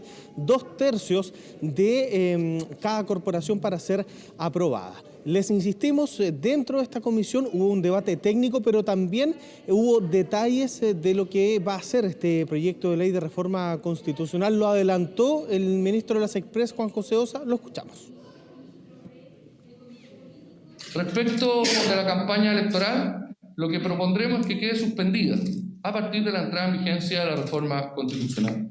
La campaña se retomará un mes antes de que expire el plazo legal de la elección. Es decir, el plazo de campaña expirará a las 24 horas del jueves 13 de mayo. La franja electoral, Presidenta, proponemos que terminaba oficialmente el día 8 de abril, propondremos que a partir del momento en que se promulgue la reforma constitucional, trasladará los 6 días remanentes hacia la fecha de mayo al momento que se defina cuándo será la elección. Respecto al financiamiento, estamos proponiendo que no se permita un mayor financiamiento y que aquel financiamiento adicional que puedan obtener los candidatos no puedan obtenerlo mientras la campaña está suspendida. Aquí podríamos hablar que existe una serie de efectos secundarios del cambio de fecha de una elección que estaba por realizarse en 2 semanas más, el 10 y el 11 de abril. Sin embargo, a raíz de la situación sanitaria, a raíz también del Consejo, precisamente del Consejo de Expertos que asesora al Ejecutivo en torno al COVID-19 y también a las propuestas que han hecho, por ejemplo, el exministro de Salud Jaime Mañalich o el Colegio Médico, encabezado por Isquia Siches, se ha tomado esta determinación que el Ejecutivo proponga al Congreso nuevamente cambiar las elecciones y de ahí es donde salen todos estos efectos secundarios. ¿Qué pasaría con la franja? Lo escuchábamos en voz del titular de la SECPRES, particularmente probablemente se logre suspender la franja una vez cambiada la fecha de la elección y lo que quede de franja se emitiría en mayo a puertas de esa elección. No habría cambio de padrón, desde el CERVEL dijeron que no debería haber cambios de vocales tampoco, es decir, si usted salió sorteado vocal de mesa, debe seguir con el proceso de vacunación para que el 15 y 16 de mayo particularmente le toque precisamente ser vocal de mesa en ese proceso de elecciones que se correrían 5 semanas más. Ahora bien, en torno a la fecha hay una duda. Se le consultó en varias oportunidades al ministro de Salud, Enrique París, quien estuvo presente en la comisión, en las Comisiones Unidas de Gobierno y Constitución, por qué el Ejecutivo había adoptado esa decisión de tomar el 15 y 16 de mayo como fecha clave para las elecciones, y él decía que no era materia de su competencia, que solamente ellos tomaban en cuenta el tema sanitario, pero que acá también habían razones políticas. Desde el Colegio Médico, Isquia Siches, la presidenta del Colmed, particularmente dijo que a ellos les complica incluso que las elecciones sean en mayo, entendiendo que nada puede predecir la cantidad de contagios que hayan para esa fecha. Escuchamos las palabras de Isquia Siches.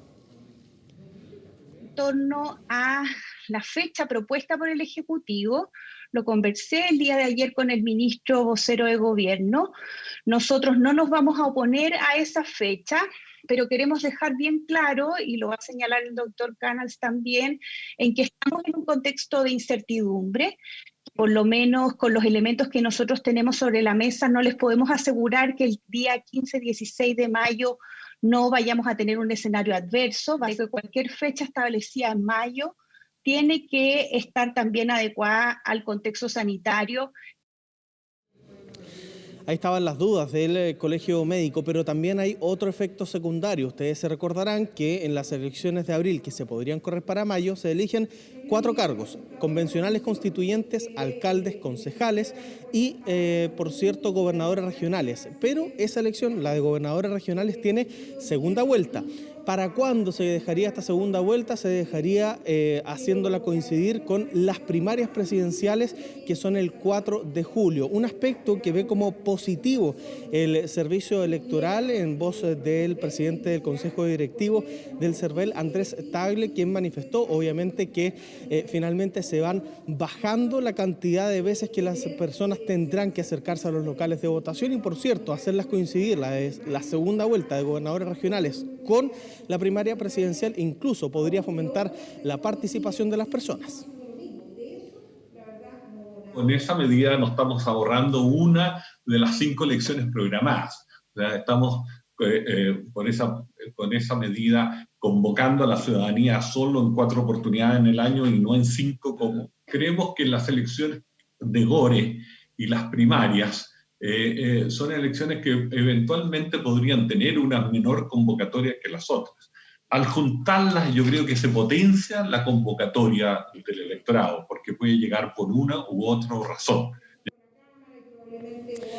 2 consecuencias más les comento en torno a este cambio de fecha. Primero, los actuales alcaldes que quieren ir a la reelección se encuentran suspendidos, entre comillas, o renunciados de sus cargos, debido a que legalmente deben salir de sus cargos para no hacer campaña 30 días antes de la elección.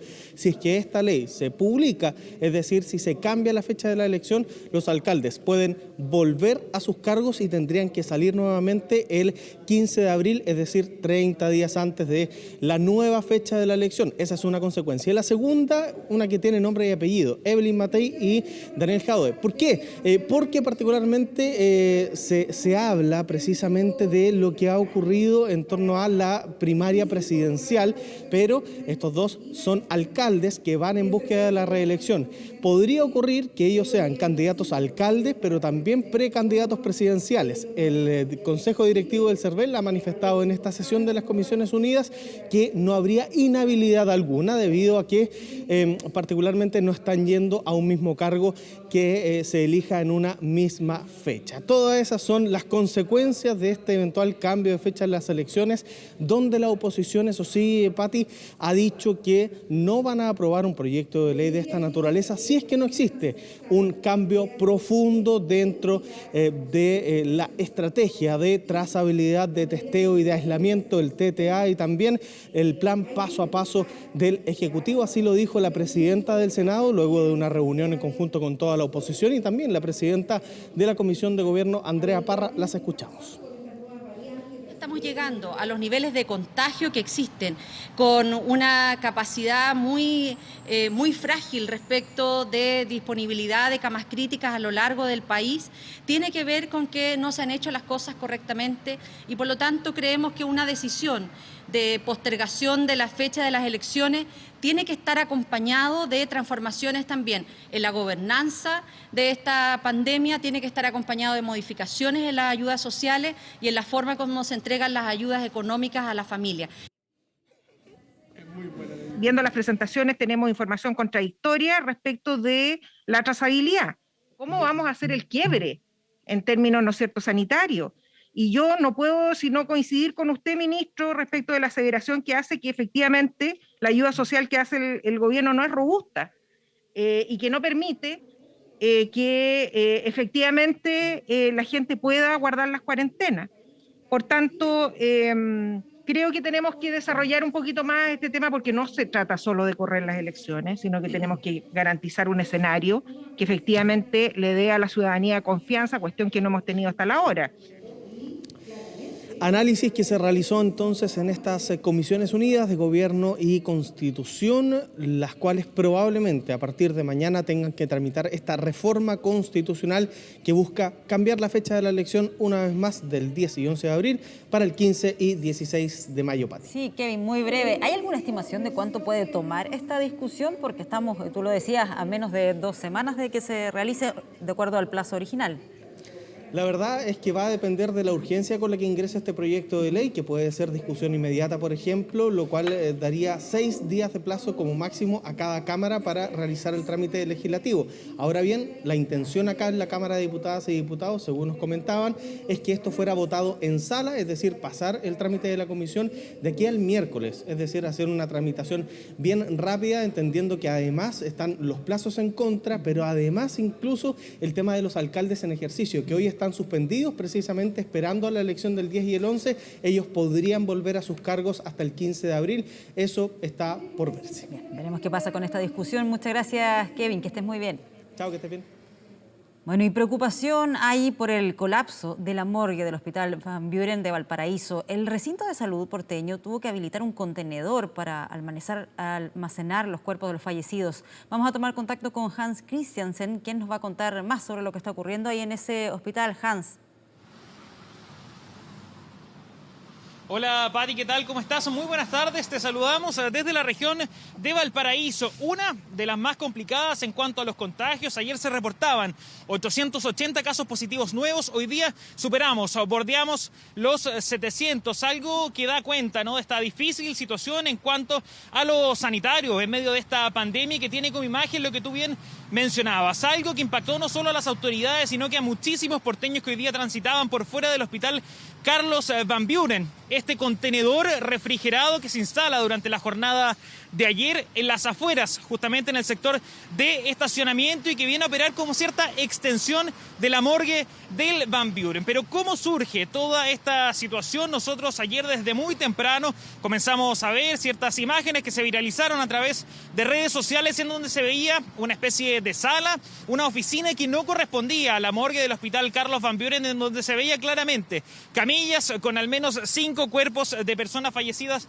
sobre ellas, algo que inmediatamente llamó la atención de las autoridades, de la ciudadanía, que inmediatamente comenzaron a exigir explicaciones sobre lo que estaba pasando dentro de este recinto hospitalario. Con el pasar de las horas, entonces, el Hospital Carlos Van Buren informó a través de un comunicado de prensa que esta era una sala que se había habilitado dentro del hospital de manera temporal, con todas las medidas sanitarias y salvaguardando exactamente las mismas condiciones que se tienen desde dentro de la morgue. Y es por eso que horas después, cuando conversamos con el director de salud del servicio de Valparaíso y San Antonio, explicaba que esto también se contempla dentro de la normativa de alguna manera como una extensión de la morgue. Nos decían que han estado salvaguardando todos los criterios para tener dignidad también a esas personas que se encuentran fallecidas en ese sector, pero no fue hasta horas más tarde, eso de las 6:30 aproximadamente, cuando llegó este gran camión de gran envergadura, como podemos ver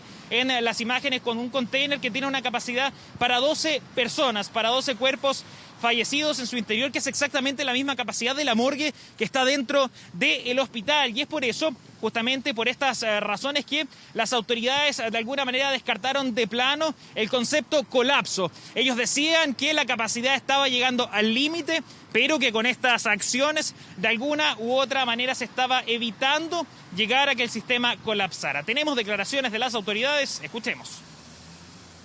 El del día viernes pasado hubo un colapso de personas fallecidas, lo cual hace tiempo que no había pasado eso, más de 4 o 5 pacientes que bajaban fallecidos. Hubo un aumento de la demanda, por lo cual eso generó la necesidad de habilitar temporalmente un espacio. El hospital habilitó 2 contenedores para poder aumentar su capacidad, y desde nuestra parte también hemos oficiado a los cementerios a poder ampliar su jornada de recepción de cadáveres, de tal manera que lo que vivimos el día de ayer no sea un problema. Porque lo que no puede ocurrir es que en algún minuto la cantidad, como ocurrió en otros países en el mundo, la cantidad de fallecidos supere a la capacidad de almacenamiento o de depósito de los hospitales o del servicio médico legal.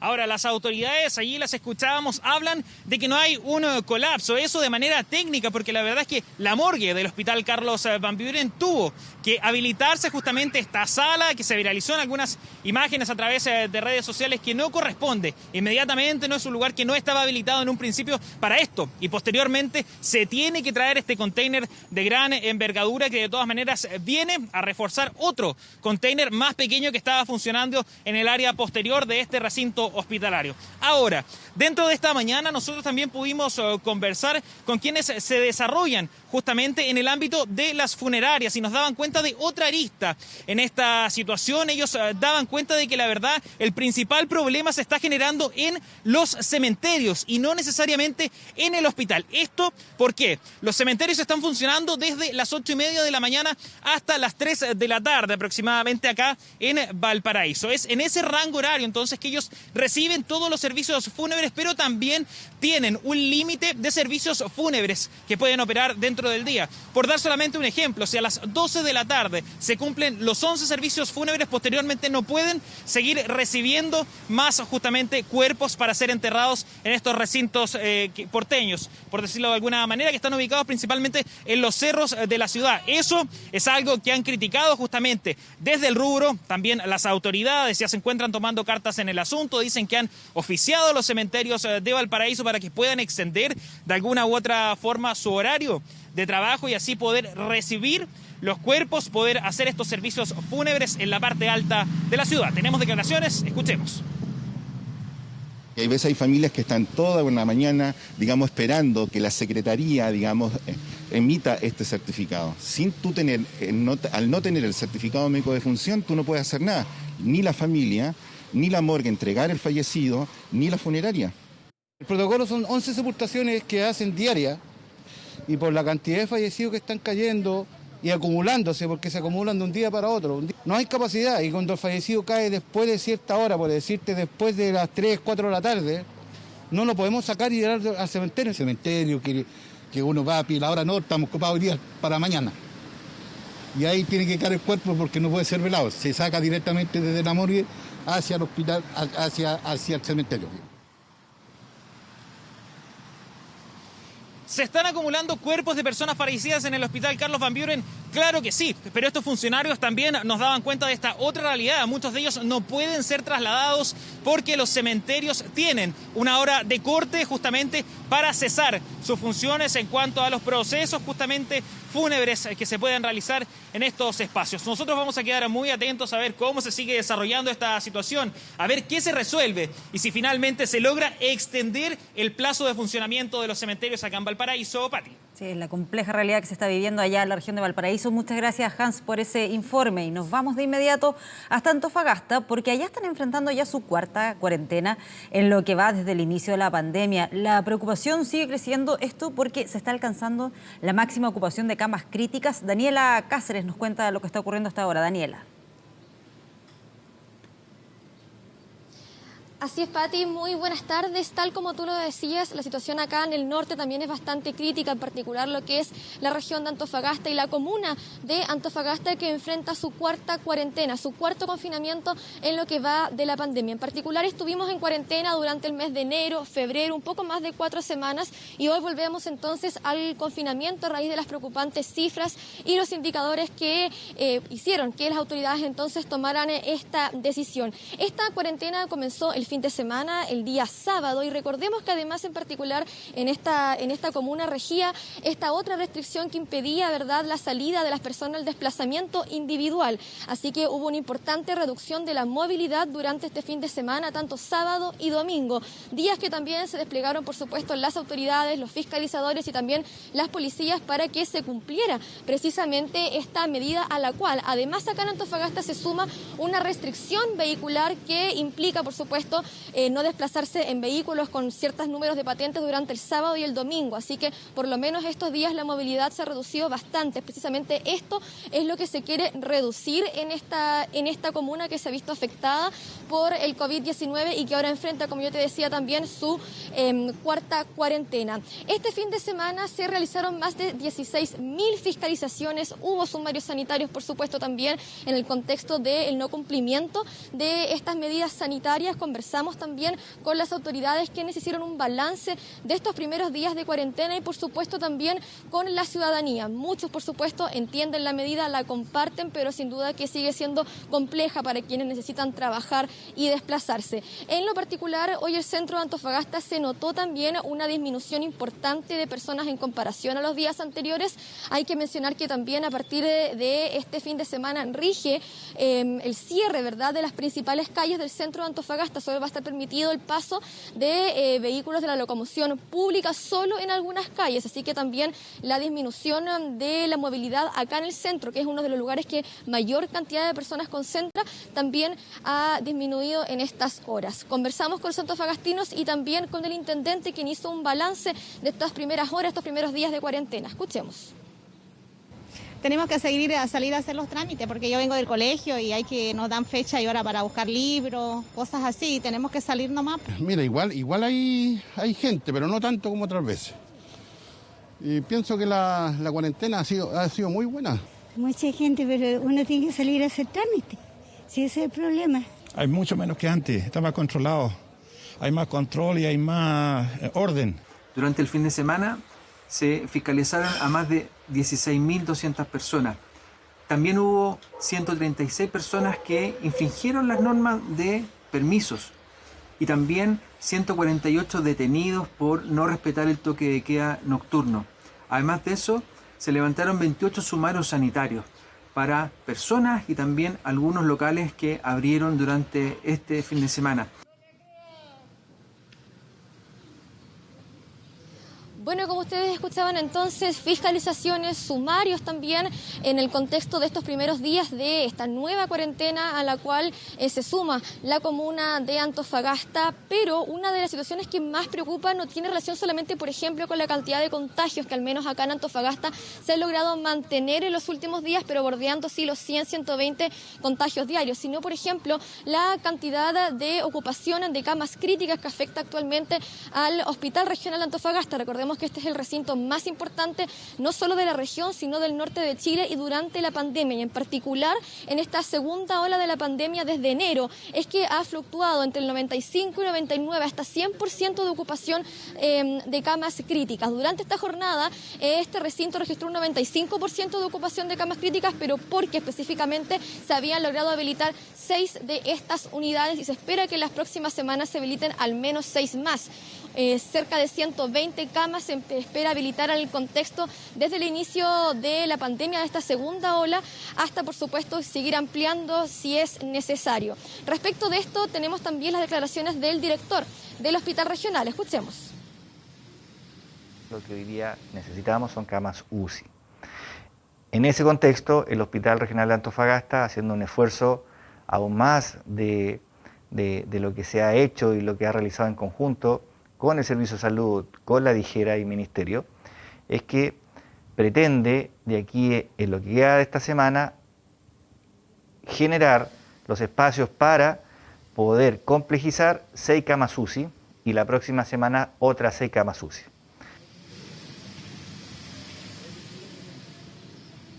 Bueno, importante información entonces, aunque el Colegio Médico lo ha reiterado, la capacidad de ampliación de camas críticas también, por supuesto, está condicionada al equipo que tiene que estar trabajando para esto. El personal está cansado, falta de hecho personal médico, y recordemos que ya llevamos más de 140, 150 traslados desde Antofagasta hacia la región metropolitana solamente en lo que va del año. Así que la situación aquí, por lo menos en la comuna de Antofagasta, es bastante crítica y esperemos en las próximas semanas podamos ir mejorando los indicadores, Pati. Sí, preocupante. Vamos a seguir bien pendientes de lo que pasa allá en esa región. Muchas gracias, Daniela, por esta información. Buenas tardes.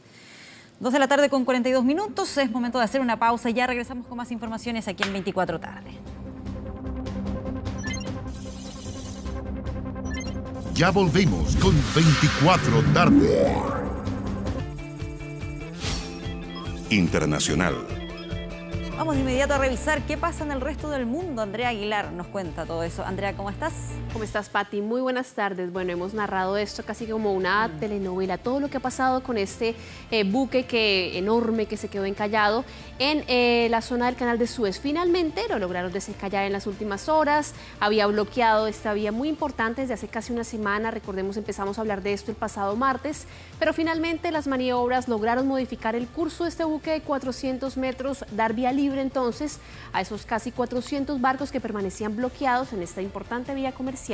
El presidente de Egipto, Abdel Fattah al-Sisi, él había celebrado casi que por anticipado, cuando todavía no había concluido la operación, aunque los expertos habían señalado que de hecho no es como que se abrió el canal de Suez y ya, sino que se tarda al menos unos 3 días más para normalizar el tránsito en esta importante zona mercantil a nivel global. Claro, de todas maneras habían pronósticos que eran mucho más pesimistas, que planteaban que se iba a demorar aún más en poder despejarse esa ruta. Claro, hablaban de semanas, muchos expertos incluso hablaban de esta noche, pero de repente en un momento de la mañana se empezó a dar paso, se empezó a mover este buque enorme. El encallamiento de este portacontenedor había restringido, recordemos, el pasado martes el tránsito entre el Mar Rojo y el Mar Mediterráneo, había ocasionado de hecho un alza en los precios del petróleo y retraso en entrega de materias primas entre Europa y Asia. Se espera entonces que en las próximas horas se pueda retomar de cierta manera el tráfico normal en esta vía tan importante y que evita que los buques que están de Asia y los de Europa también tengan que rodear todo el continente africano y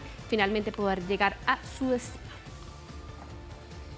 Hablemos ahora de otros temas que atañen a la realidad latinoamericana, y es que el gobierno mexicano ha condenado el brutal asesinato de una migrante salvadoreña a manos de la policía en un episodio que ha causado mucha indignación en este país. El presidente Andrés Manuel López Obrador condenó en su rueda de prensa de hoy el hecho que sucedió en la zona costera de Tulum. Estamos viendo en imágenes este momento en el que esta mujer, identificada como Victoria Esperanza Salazar, fue asfixiada por la rodilla de un policía el pasado sábado, en un hecho que ya está siendo investigado por la Fiscalía del Estado mexicano de Quintana Roo como un homicidio agravado. El mandatario Andrés Manuel López Obrador se ha comprometido a llevar a los responsables ante la justicia y ha dicho que es un hecho que avergüenza a los mexicanos. Repasemos parte de las declaraciones que entregó el mandatario en esta rueda de prensa. Fue brutalmente tratada y asesinada. Es un hecho que nos llena de pena, de dolor y de vergüenza. decir a sus familiares, a las mujeres salvadoreñas, mexicanas, las mujeres del mundo, a todos, hombres y mujeres, que se va a castigar a los responsables. Bueno, en este video que vemos en imágenes que se hizo viral por las redes sociales, se escuchan de hecho los pedidos de ayuda de esta mujer salvadoreña, 36 años, que había sido condenado este hecho ya por miles de activistas y también por políticas en México que piden justicia para esta mujer que fue asesinada en medio de un claro uso excesivo de la fuerza policial. De momento, los 4 oficiales, son 3 hombres y una mujer, fueron separados de su cargo. No está muy claro si fueron detenidos ni por qué redujeron con este nivel de violencia que vemos en imágenes a esta mujer, que de hecho recuerda la muerte de George Floyd, este afroamericano que murió también en mayo del año pasado, asfixiado justamente por la rodilla de un policía. Y vamos a quedarnos con este tema porque de hecho, Pati, hoy comenzó el juicio en Minneapolis por este caso que conmocionó tanto a Estados Unidos, que causó quizás una de las oleadas de protestas raciales más importantes de las últimas décadas. El exagente de policía Derek Chauvin, de 45 años, es el acusado de los 3 cargos de asesinato en segundo grado. Podría recibir hasta 40 años de cárcel. Todo esto luego de haberle aplastado el cuello con la rodilla a George Floyd durante más de 8 minutos. El proceso se está llevando a cabo en Minneapolis luego de 10 meses desde que inició este primer juicio, un asesinato que provocó grandes protestas raciales en Estados Unidos en mayo del año pasado. Además de Chauvin, en otro juicio separado van a ser juzgados 3 agentes acusados de participar también del homicidio porque no hicieron nada para salvar la vida de George Floyd, simplemente presenciaron el hecho. Los abogados de los policías han pedido hoy al jurado que separen la política de los hechos y que sean imparciales en juzgar este caso que causó muchas protestas raciales masivas en las últimas décadas. Y volvemos a temas de la región, ahora para hablar de esta polémica propuesta que está lanzando el gobierno de Venezuela. Dicen ellos que quieren cambiar petróleo por vacunas. Lo ha dicho el presidente de este país, Nicolás Maduro, para afrontar la crisis sanitaria que ha dejado el COVID-19 en su país. El mandatario propuso que tienen cómo saldar con el mecanismo COVAX su deuda, dicen ellos, a través del envío de barcos petroleros, de los fondos también venezolanos congelados en las cuentas en el extranjero, que Maduro quiere a toda costa volver a usar, a pesar de que está sancionado por la comunidad internacional por tema de derechos humanos. Maduro afirmó que Venezuela tiene los barcos petroleros listos para intercambiar el crudo por el fármaco, que le va a permitir acceder a unos 2,5 millones de vacunas, que es más o menos un 20% de lo que en estos momentos requiere Venezuela para completar su campaña de inmunización. Repasemos parte de las declaraciones que causaron tanta polémica. Dedicaría una parte de su producción para garantizar todas las vacunas que necesita Venezuela. Petróleo por vacuna. Estamos listos y preparados. Petróleo por vacuna. Pero no le vamos a mendigar a nadie. Venezuela no se le arrodilla a nadie en este mundo. La Organización Panamericana de la Salud afirmó que se van a destinar vacunas de AstraZeneca para Venezuela, a pesar de que ellos no han sido autorizados por el régimen venezolano. Esto en medio de la emergencia sanitaria que ya deja más de 1.500 muertos y 157.000 contagiados en este país. Y vamos ahora a revisar esas imágenes, Pati, que ha dejado el Festival de Holi en India, porque ahí se suelen lanzar polvos de colores, es una imagen bella, pero todo eso se da en medio de pandemia. Muchas ciudades, incluida la capital de Nueva Delhi, se prohibieron las celebraciones del Holi para frenar la propagación del virus en uno de los países más afectados, restricciones que según las autoridades no se cumplieron. Este festival se celebra justo antes del equinoccio de primavera, simboliza la llegada del buen tiempo, del triunfo del amor, pero la pandemia ha provocado que el coronavirus obligue a los hindús, al menos a los más apegados a las reglas sanitarias, a que festejen en lugares más pequeños, en grupos más familiares, en una festividad que normalmente era mucho más masiva y que estamos viendo en imágenes, una de las principales imágenes. Aunque que se ve. hay distancia social ni mascarilla. Nada que ver con eso. Bueno, y terminamos nuestro bloque internacional con estas imágenes. Véanlo ustedes en casa. Un oso se metió al jacuzzi de una cabaña que había alquilado una familia. Eso sucedió en Estados Unidos.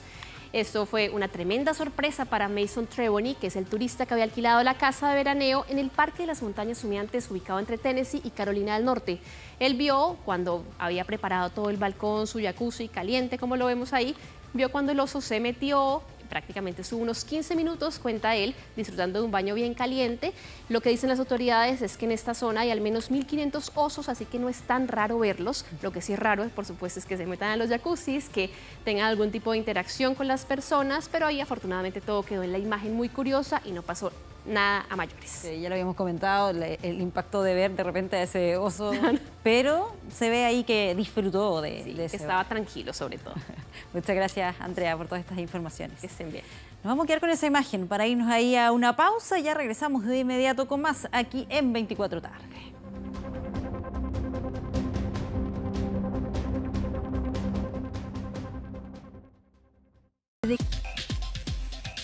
Vamos con informaciones económicas del empleo junto a Andrés Vial. ¿Cómo estás, Patricia Andrés? Venegas, ¿cómo le va el efecto de la cuarentena en los empleos? Sobre todo los empleos informales, los más golpeados por la pandemia, también los que más han recuperado, también tiene que ver con la precariedad de la recuperación económica. Vamos con la gráfica. El 83% de la economía, Pati, está en cuarentena. El 83% de la economía está en comunas con cuarentena, no quiere decir que esté paralizada. Sí. Solamente un 10% que aumente la población en cuarentena significa en términos de números, vamos con la última estación, que cae 0,7% del empleo. Es decir, en números sencillos se pierden 57.000 empleos solamente que aumenta un 10% de la cuarentena. Imagínate lo que ha aumentado durante las últimas semanas. Vamos con la siguiente gráfica, el golpe en el empleo informal. Repito el ejercicio, 10% que aumente la población en cuarentena, el efecto en el empleo informal es de 53.000 empleos que se pierden, Pati. Si en total 57.000, solamente informales es más del 90%. ¿Qué sectores son los más golpeados? Comercio, construcción, transporte y hoteles y restaurantes. Si entramos en el detalle por sector de la economía, vamos con la última estación referente al empleo. En la construcción, de cada 2 empleos informales, se pierde uno cuando aumenta un 10%, solamente aumenta un 10% el nivel de cuarentenas en nuestro país. Esto pese a que entiendo que igual hay autorización para trabajar en el área de construcción, pero esto es informal, con ciertos requisitos. Esto es informalidad, el comercio y la construcción informal. En el caso del comercio, hoteles y restaurantes, de cada 10 empleos informales, 4 se pierden cuando aumenta un 10% la cuarentena, la población en cuarentena. Le preguntamos a expertos por este estudio de CLAPES UC el drama en el empleo informal con las cuarentenas. El orden de magnitud que encontramos en el trabajo es que cuando la población en cuarentena aumenta en un 10%, encontramos que el número de ocupados a nivel país disminuye en un 0,7%. Es decir, que hay aproximadamente 57.000 puestos de trabajo menos a nivel país. Por cada 2 trabajadores informales de la construcción que entran en cuarentena, 1 pierde el trabajo. Entonces, ese es un número bastante importante y preocupante, obviamente. De todas maneras, observábamos una recuperación gradual del empleo. Ahora, con las cuarentenas totales, lo que ocurre es que se paralizan muchísimas actividades y por lo tanto eso va a acarrear una destrucción de empleos formales y de empleos informales, tal como vimos en el segundo trimestre de 2020.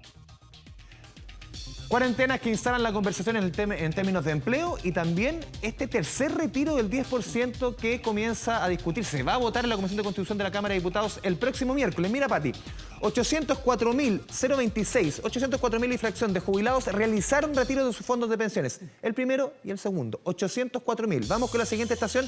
301.000 están en el pilar solidario, pero más de 500.000, prácticamente podríamos decir el 60%. Vamos con la última parte de esta gráfica. 502.885 no están en el pilar solidario. Es decir, si quedan en cero, ellos no quedan protegidos por ningún tipo de ayuda estatal en cuanto a pensiones. 301.000 sí, que reciben el aporte previsional solidario. Vamos con la segunda estación de esta gráfica para explicar por qué es tan necesario también que se amplíe el espectro de protección del pilar solidario. Hoy día el pilar solidario apunta al 60% más vulnerable. Aquí hay una opinión bastante transversal en el Congreso de que debe aumentarse al 80% más vulnerable. Es un proyecto, una indicación que presentó el presidente Piñera. Incluso algunos ya postulan que llegue al 100%, una pensión básica universal. Hoy día, de los jubilados que quedaron en cero, 1 de cada 4 no tienen protección del pilar solidario. El 25% de los jubilados que quedaron en cero, no que estaban recibiendo una jubilación muy buena, estaban recibiendo 20, 30, 40 mil pesos, pero quedaron absolutamente desprotegidos. En el fondo no cumplen los requisitos requisitos para ser considerados dentro de la población dentro más del vulnerable. 60% más vulnerable.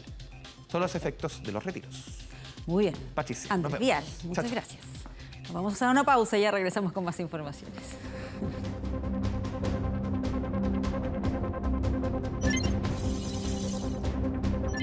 Ya volvemos con 24 Tarde.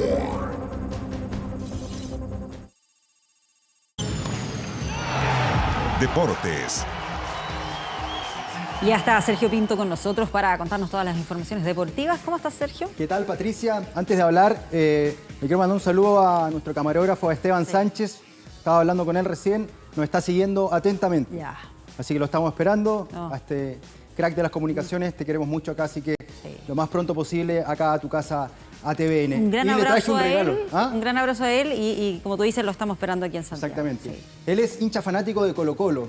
Ah. Este regalo un poco ingrato. Vamos a ver la fecha y partamos por Colo-Colo, que realmente no está jugando muy bien, pero cuando empiecen a llegar los refuerzos seguramente va a comenzar a jugar un poquito mejor, porque esto fue un 0-0 entre el equipo de Gustavo Quinteros y Unión La Calera. Acá la primera jugada de peligro, ahí el pase de Iván Morales para Gaby Costa, estaba un poco adelantado, pero el palo le decía que no a este buen jugador de Colo-Colo, que ha subido mucho su rendimiento con Quinteros, teniendo en cuenta con jugadores de mediana calidad que tiene Colo-Colo. Gaby Costa ahí destaca. Acá tenemos otra más, Martín Rodríguez para César Fuentes, que sufrió una fractura, ya la vamos a ver, será baja aproximadamente 2 semanas, o tal vez un poco más.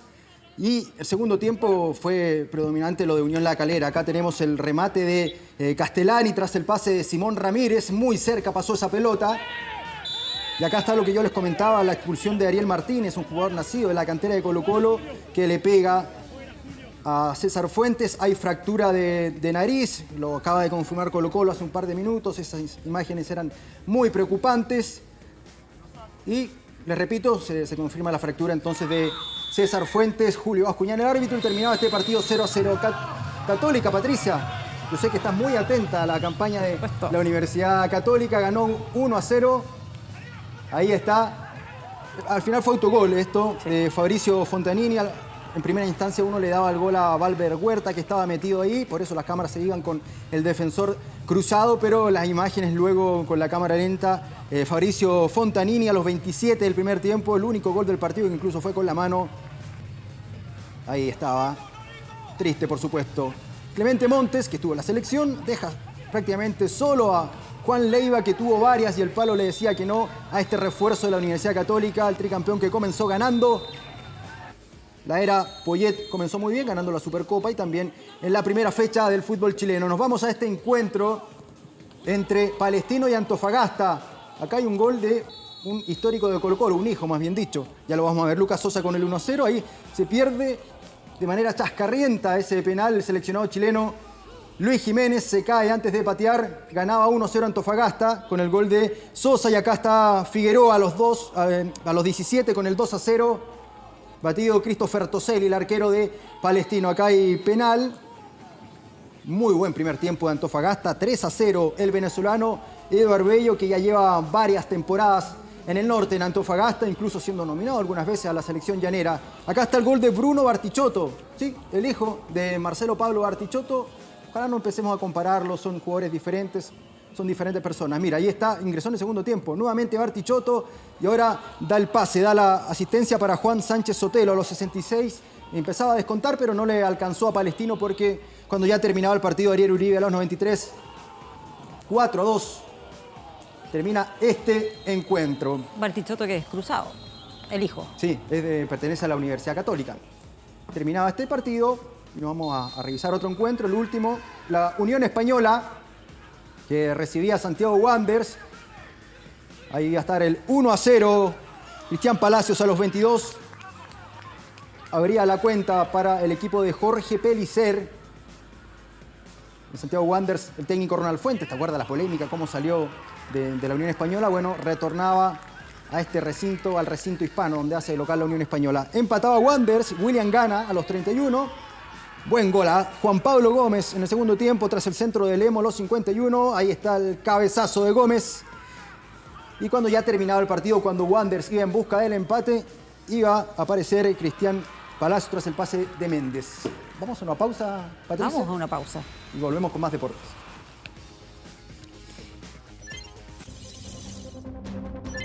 Ya volvimos con 24 tarde. ¿Se acuerdas de este emoticón el día del partido? Justo después, cuando se confirmaba que Claudio Bravo iba a ser el capitán, que le dio sueño a Arturo Vidal y se fue a dormir. Polémica, muy polémico. Bueno, y él trató de explicar esto, que los partidos del fútbol chileno son muy tarde. Hay 5 horas, y son 5 horas de diferencia. Claro. O sea, si a las 10 de la noche de acá, allá eran las 3 de la mañana y Arturo se acuesta un poco más temprano. Así que ahí trató de explicar eso, que los partidos del fútbol chileno son muy, pero muy tardes, a propósito de otro partido de ayer de anoche del fútbol nacional que tampoco lo pudo ver. Así para que no se prestara para malas interpretaciones. Con esa explicación nos despedimos, Patricia Venegas. Muchas gracias, Sergio Pinto. Chao. Y de esta manera llegamos al final de esta revisión de noticias. Muchas gracias por informarse con nosotros. Que estén bien.